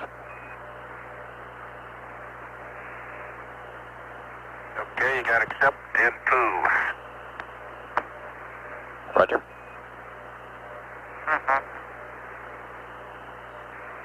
17 Houston, the computer is yours, and you can go back to attitude and reinitialize PTC whenever you want to. Go ahead, Bob. The computer's yours, Gene, Go ahead, and you Marie. can go to attitude and reinitialize PTC whenever you want to.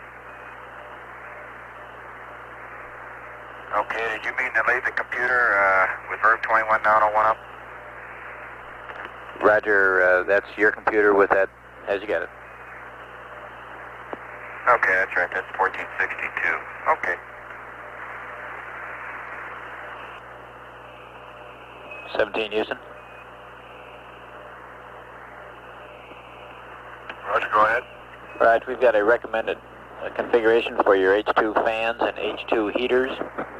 We would like the H2 heaters 1 and 2 to auto, and H2 fans 1 and 2 off, 3 to auto.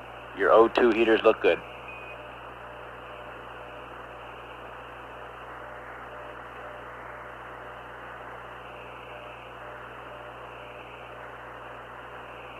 Okay, let me verify I've got these right. H2 heaters, 1, 2 auto.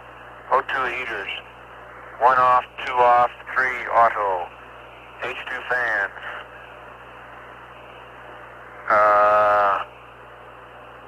H2 fans you want off, off, and auto, is that correct? That's what we wanted on the H2 fans.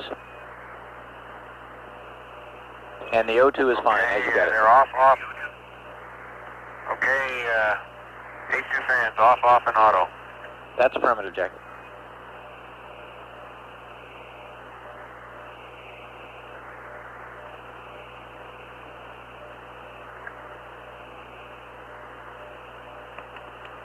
Okay, Bob, I just cleaned the seat circuit return valve screen here.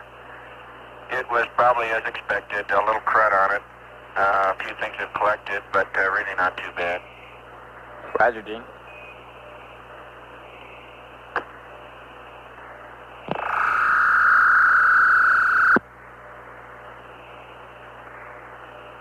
Bob, a little more about Wake and the Marshalls and Quadulane. That large pattern of what appear to be broken to overcast clouds in a clockwise circulation pattern crosses the equator region now that I'm trying to project that through.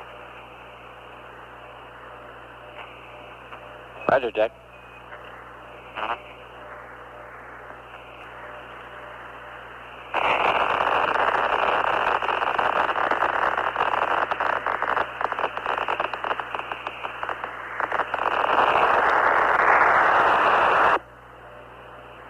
Houston.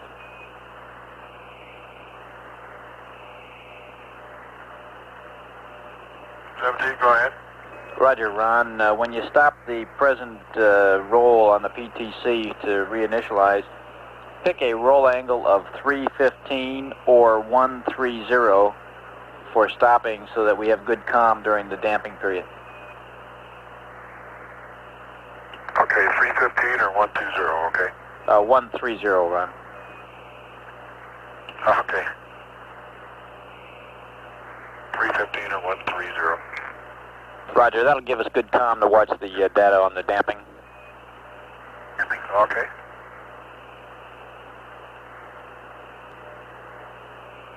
This is Apollo Control now 24 hours after liftoff.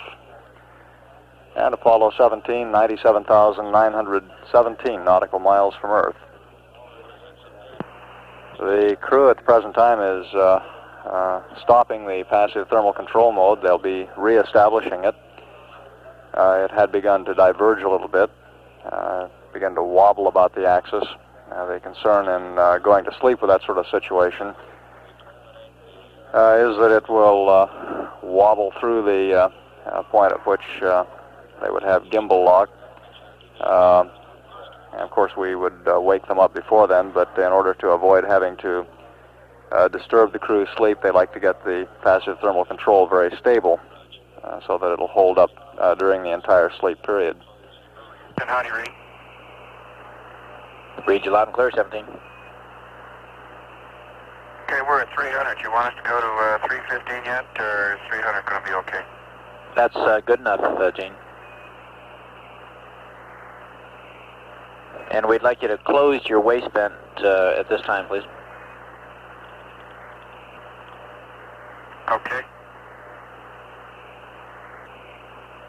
Okay, it's closed now.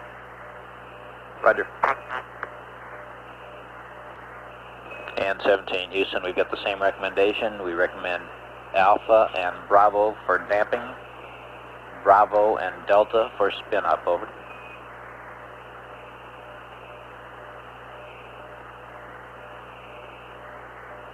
So it's Alpha and Bravo for damping, and Bravo and Delta for spin up. That's affirmative. 17, Houston. Go ahead. If one of you want to break out the flight plan supplement, we have a change to the E-loads on page 143 due to the change of gyro compensation parameters, if you want to copy them down when you get the supplement out. Okay, we'll give you a call. Roger, we'll be standing by.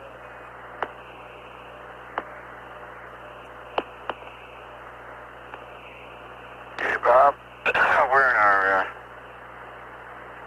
in our damping cycle now. Roger, we're watching it, Gene.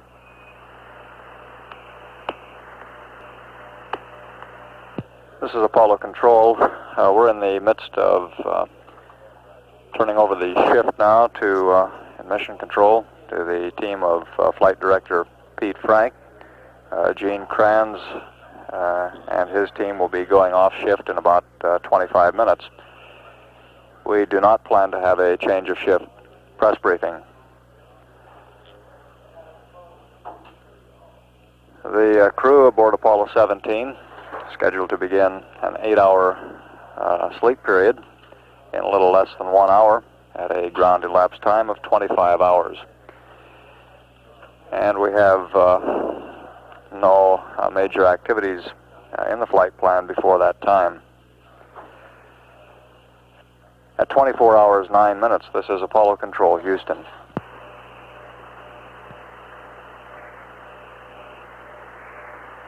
Bob, I just hit the control stick. It's locked again in roll. It may have bumped it a little bit.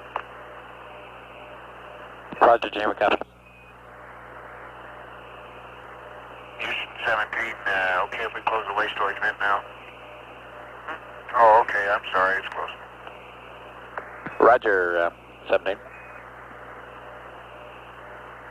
Forget it, we got it. I was left out.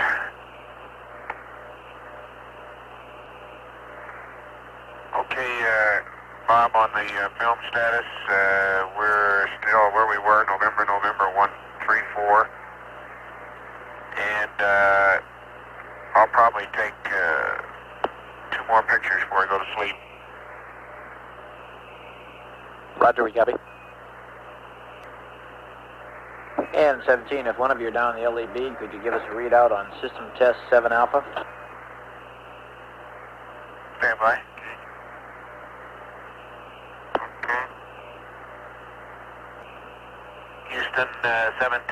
7 Alpha is 0.6.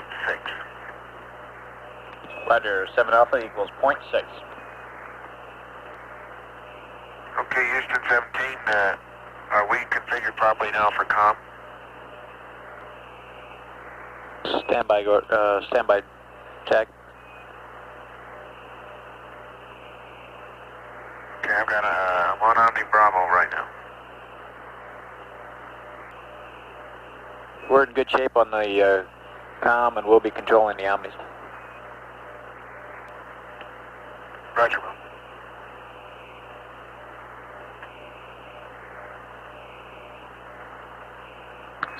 The rates look great. We're ready to initialize PTC. Okay, Bob.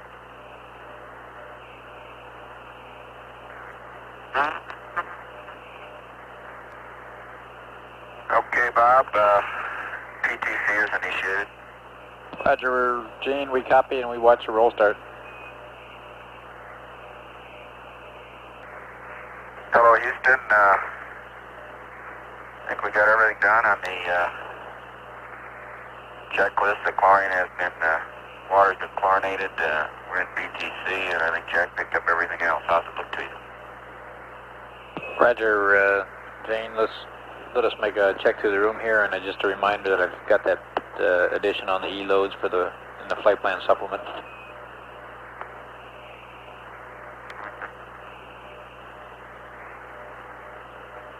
Yeah, stand by. Jack's going to keep the headset on and the biomed, and he'll close you out with that. And if there's nothing else, I'm going to go off the air.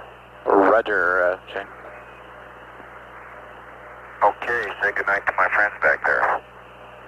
We certainly will. Hey, just so that we know, it is about midnight, right? It's about 7 minutes after midnight, Jane. Okay, just didn't want to make sure it wasn't noon. Roger. Good night there, Robert. Good night, Jane.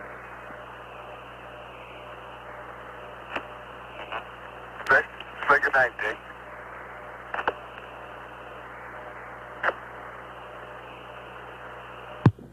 This is Apollo Control at 24 hours 36 minutes. As Gene Cernan says good night, Apollo 17 is 99,714 nautical miles from Earth.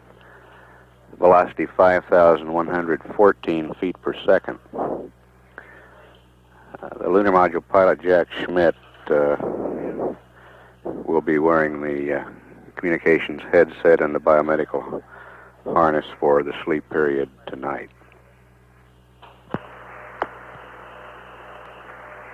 Bob, Jack, your last report for the day as the Earth goes past window 5. The first thing I noticed was that our zero phase point is not nearly as bright on the west coast of Australia as it is was on the east. And I was looking right at the coastline now and see no bright spot in the center.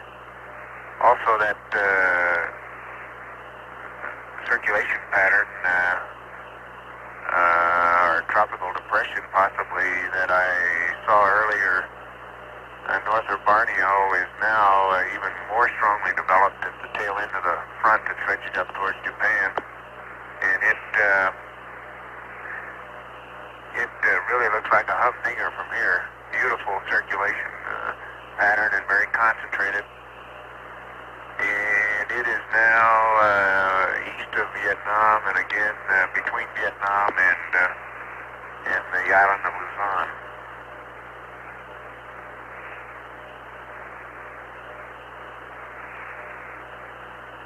Roger, we copy. And I'd be very curious to know tomorrow morning if people are carrying that one on their progs or on their analysis charts. Oh, Roger.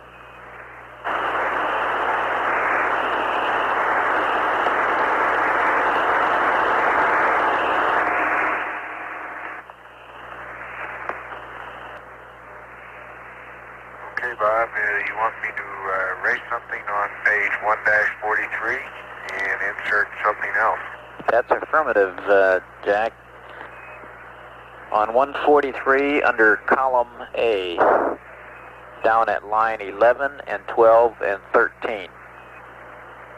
Just to make sure you're at the right spot, the line 11 old data is 00115. Do you copy that? Do you see that? I'm with you. Okay, change that line to 00377.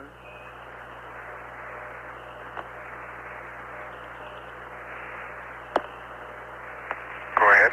Change line 12 to 00050.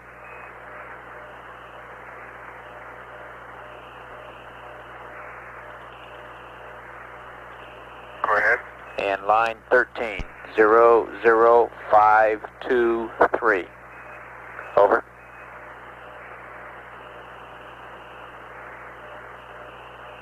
Okay, I got that, and as you might imagine, when I said erase, I did. And you have the 04 and the 05 again, please.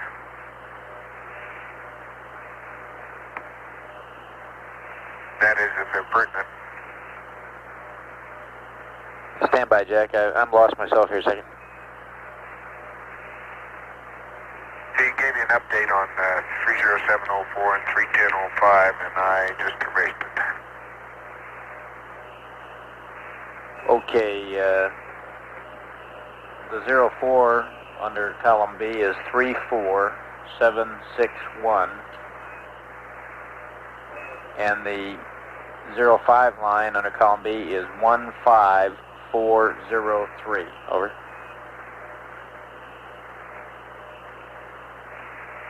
Okay, here we go. I'm line Alpha 31411 00377 31512 31613 In line Bravo 30704 is 34761. 31005 is 15403. Over. Roger, we copy, Jack. Just a reminder to be sure and configure the comm per the pre-sleep checklist. And just for your information, Jack, I hold you at 100,116 miles. I was going to give you a call at 100,000 even, and then I got talking to you. So you've crossed the 100,000 mark right now. Tomorrow, you're probably not going to give us our weather report. You'll be too far out, but we'll probably be starting to hear from the moon, huh? Well, we're not going to see much of the moon, you know. It's going to be pretty dark, so I'll have to keep looking at the Earth. Roger. Pretty good, pretty interesting place. Very interesting place. I'm real sure. And I guess maybe 100,000 miles. My goodness gracious. That's impressive. Yes, sir. You're slowing down all the way, Jack.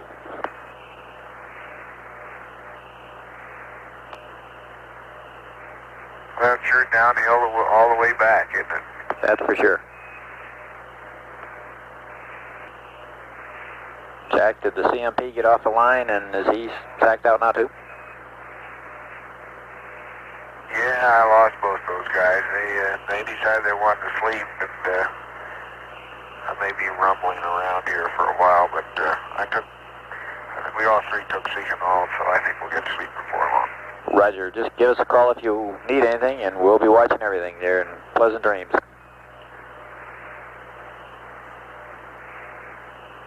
Now, you don't really mean that, do you?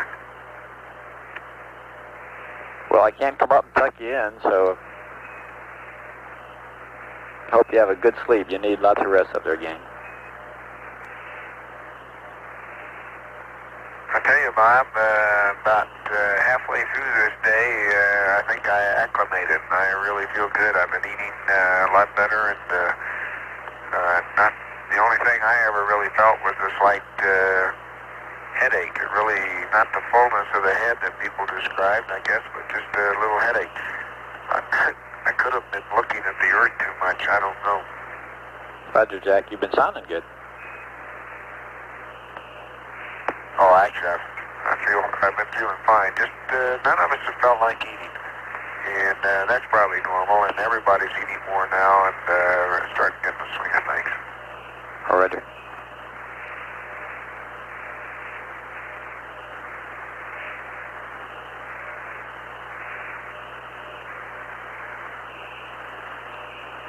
Jack, just a reminder on that comm for the pre-sleep checklist. It's important to us because we can get high bit rate data more.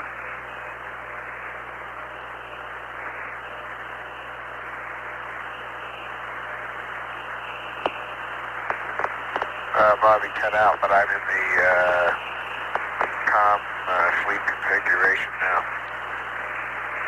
Working that way. Okay, Ed Findell was shaking his head for a minute now. He says as long as you're working that way.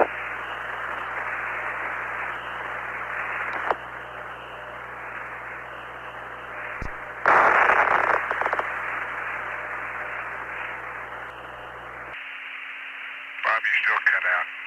Try it again. No problem, Jack. Just a reminder on the comm, that's all. We're watching you go through the checklist here. Okay.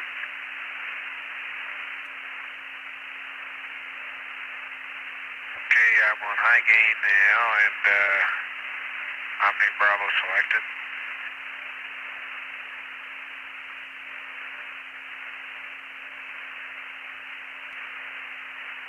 How do you read, Bob, on the high gain? Read you loud and clear, Jack. Okay, and it's in react and narrow. Stand by on that, Jack. Say, Jack, can we refer you to the checklist on S1-27, sleep configuration there where you S-band squelch, enable, etc.?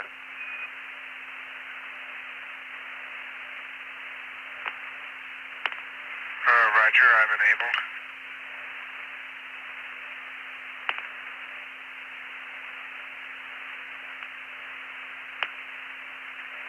Oh, etc. Yes. Roger. Okay, I'll get to that in a minute, Bob. Who knows? I might have something else to say. Okay.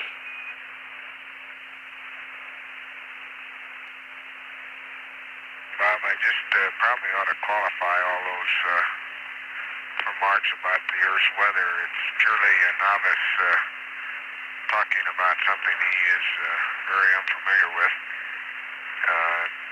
except for having a long-standing interest in it. And I think the one philosophical point, if any, that comes out of it is that somebody probably 3.5 billion years ago or so could have looked at the Earth and described patterns not too dissimilar. And it was within those patterns that life developed. And now you see, I think, and obvious to everybody, what that life has progressed to doing. And I certainly think all of us feel that it has not stopped doing that progression. And we'll probably see it do things that even you and I can't imagine it doing. I certainly hope so. Roger, Jack. We concur.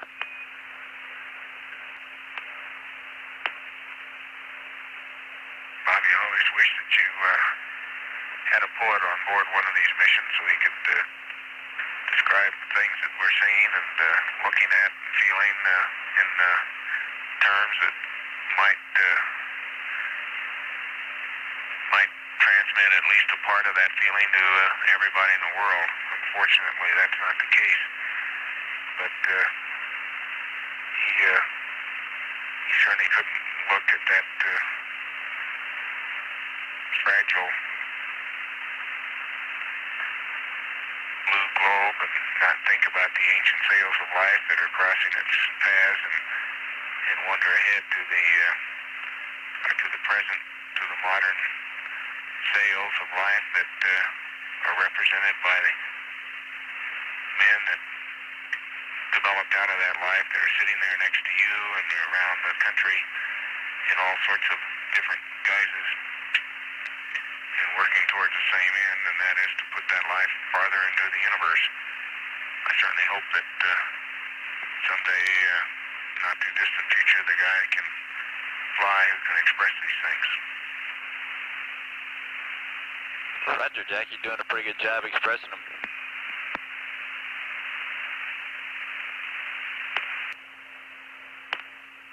Jack Houston.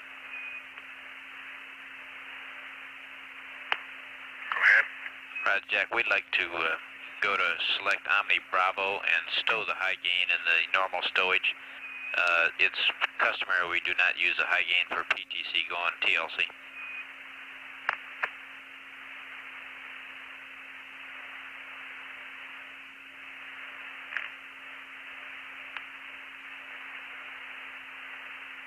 Okay, Bob, I'm sorry, but the checklist indicated that you do. I'll go back to Omni Bravo. Right, it's probably ambiguous if you end up going up on the checklist up to top of 128. It shows you where you want Omni Bravo.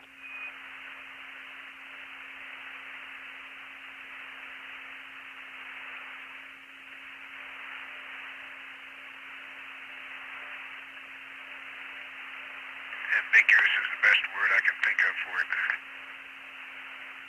Say again, Jack.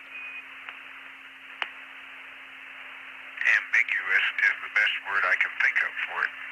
Right, I concur.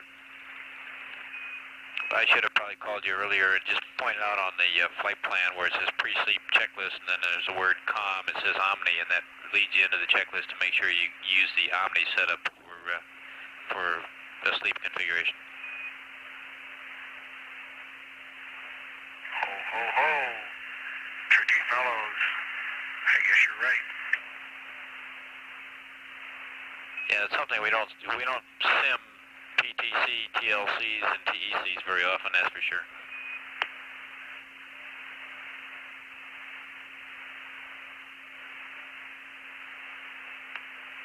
Well, that's because we have a whole day to learn out here. That's affirmative.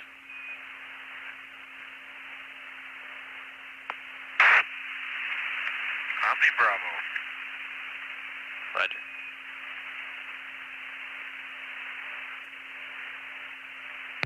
This is Apollo Control at 25 hours, 1 minute into the mission.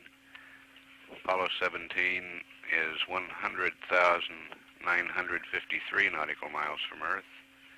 Velocity 5,062 feet per second. This is Apollo Control at 25 hours, 22 minutes. We haven't heard from Jack Schmitt recently. However, the flight surgeon reports that his data indicates he's not yet asleep. Apollo 17 now 102,000 miles from Earth. Velocity 5,018 feet per second. We'll continue to leave this line up until we get an indication that the lunar module pilot is asleep. The other two crewmen are asleep at this time. At 25 hours, 23 minutes, this is Mission Control, Houston. Okay,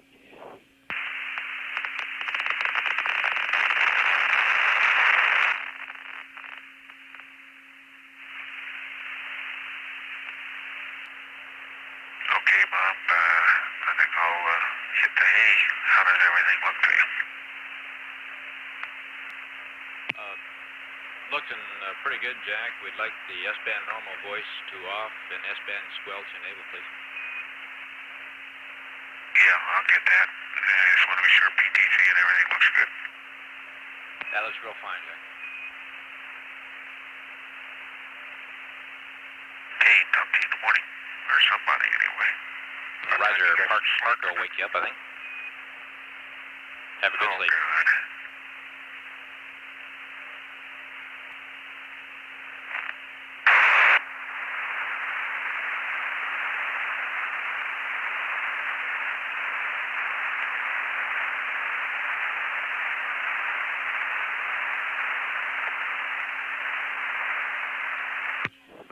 This is Apollo Control at 25 hours, 27 minutes. Jack Schmitt has said good night. We'll take the line down now come back up with mission control reports hourly. Apollo 17 now 102,202 nautical miles from Earth. Velocity 5,010 feet per second.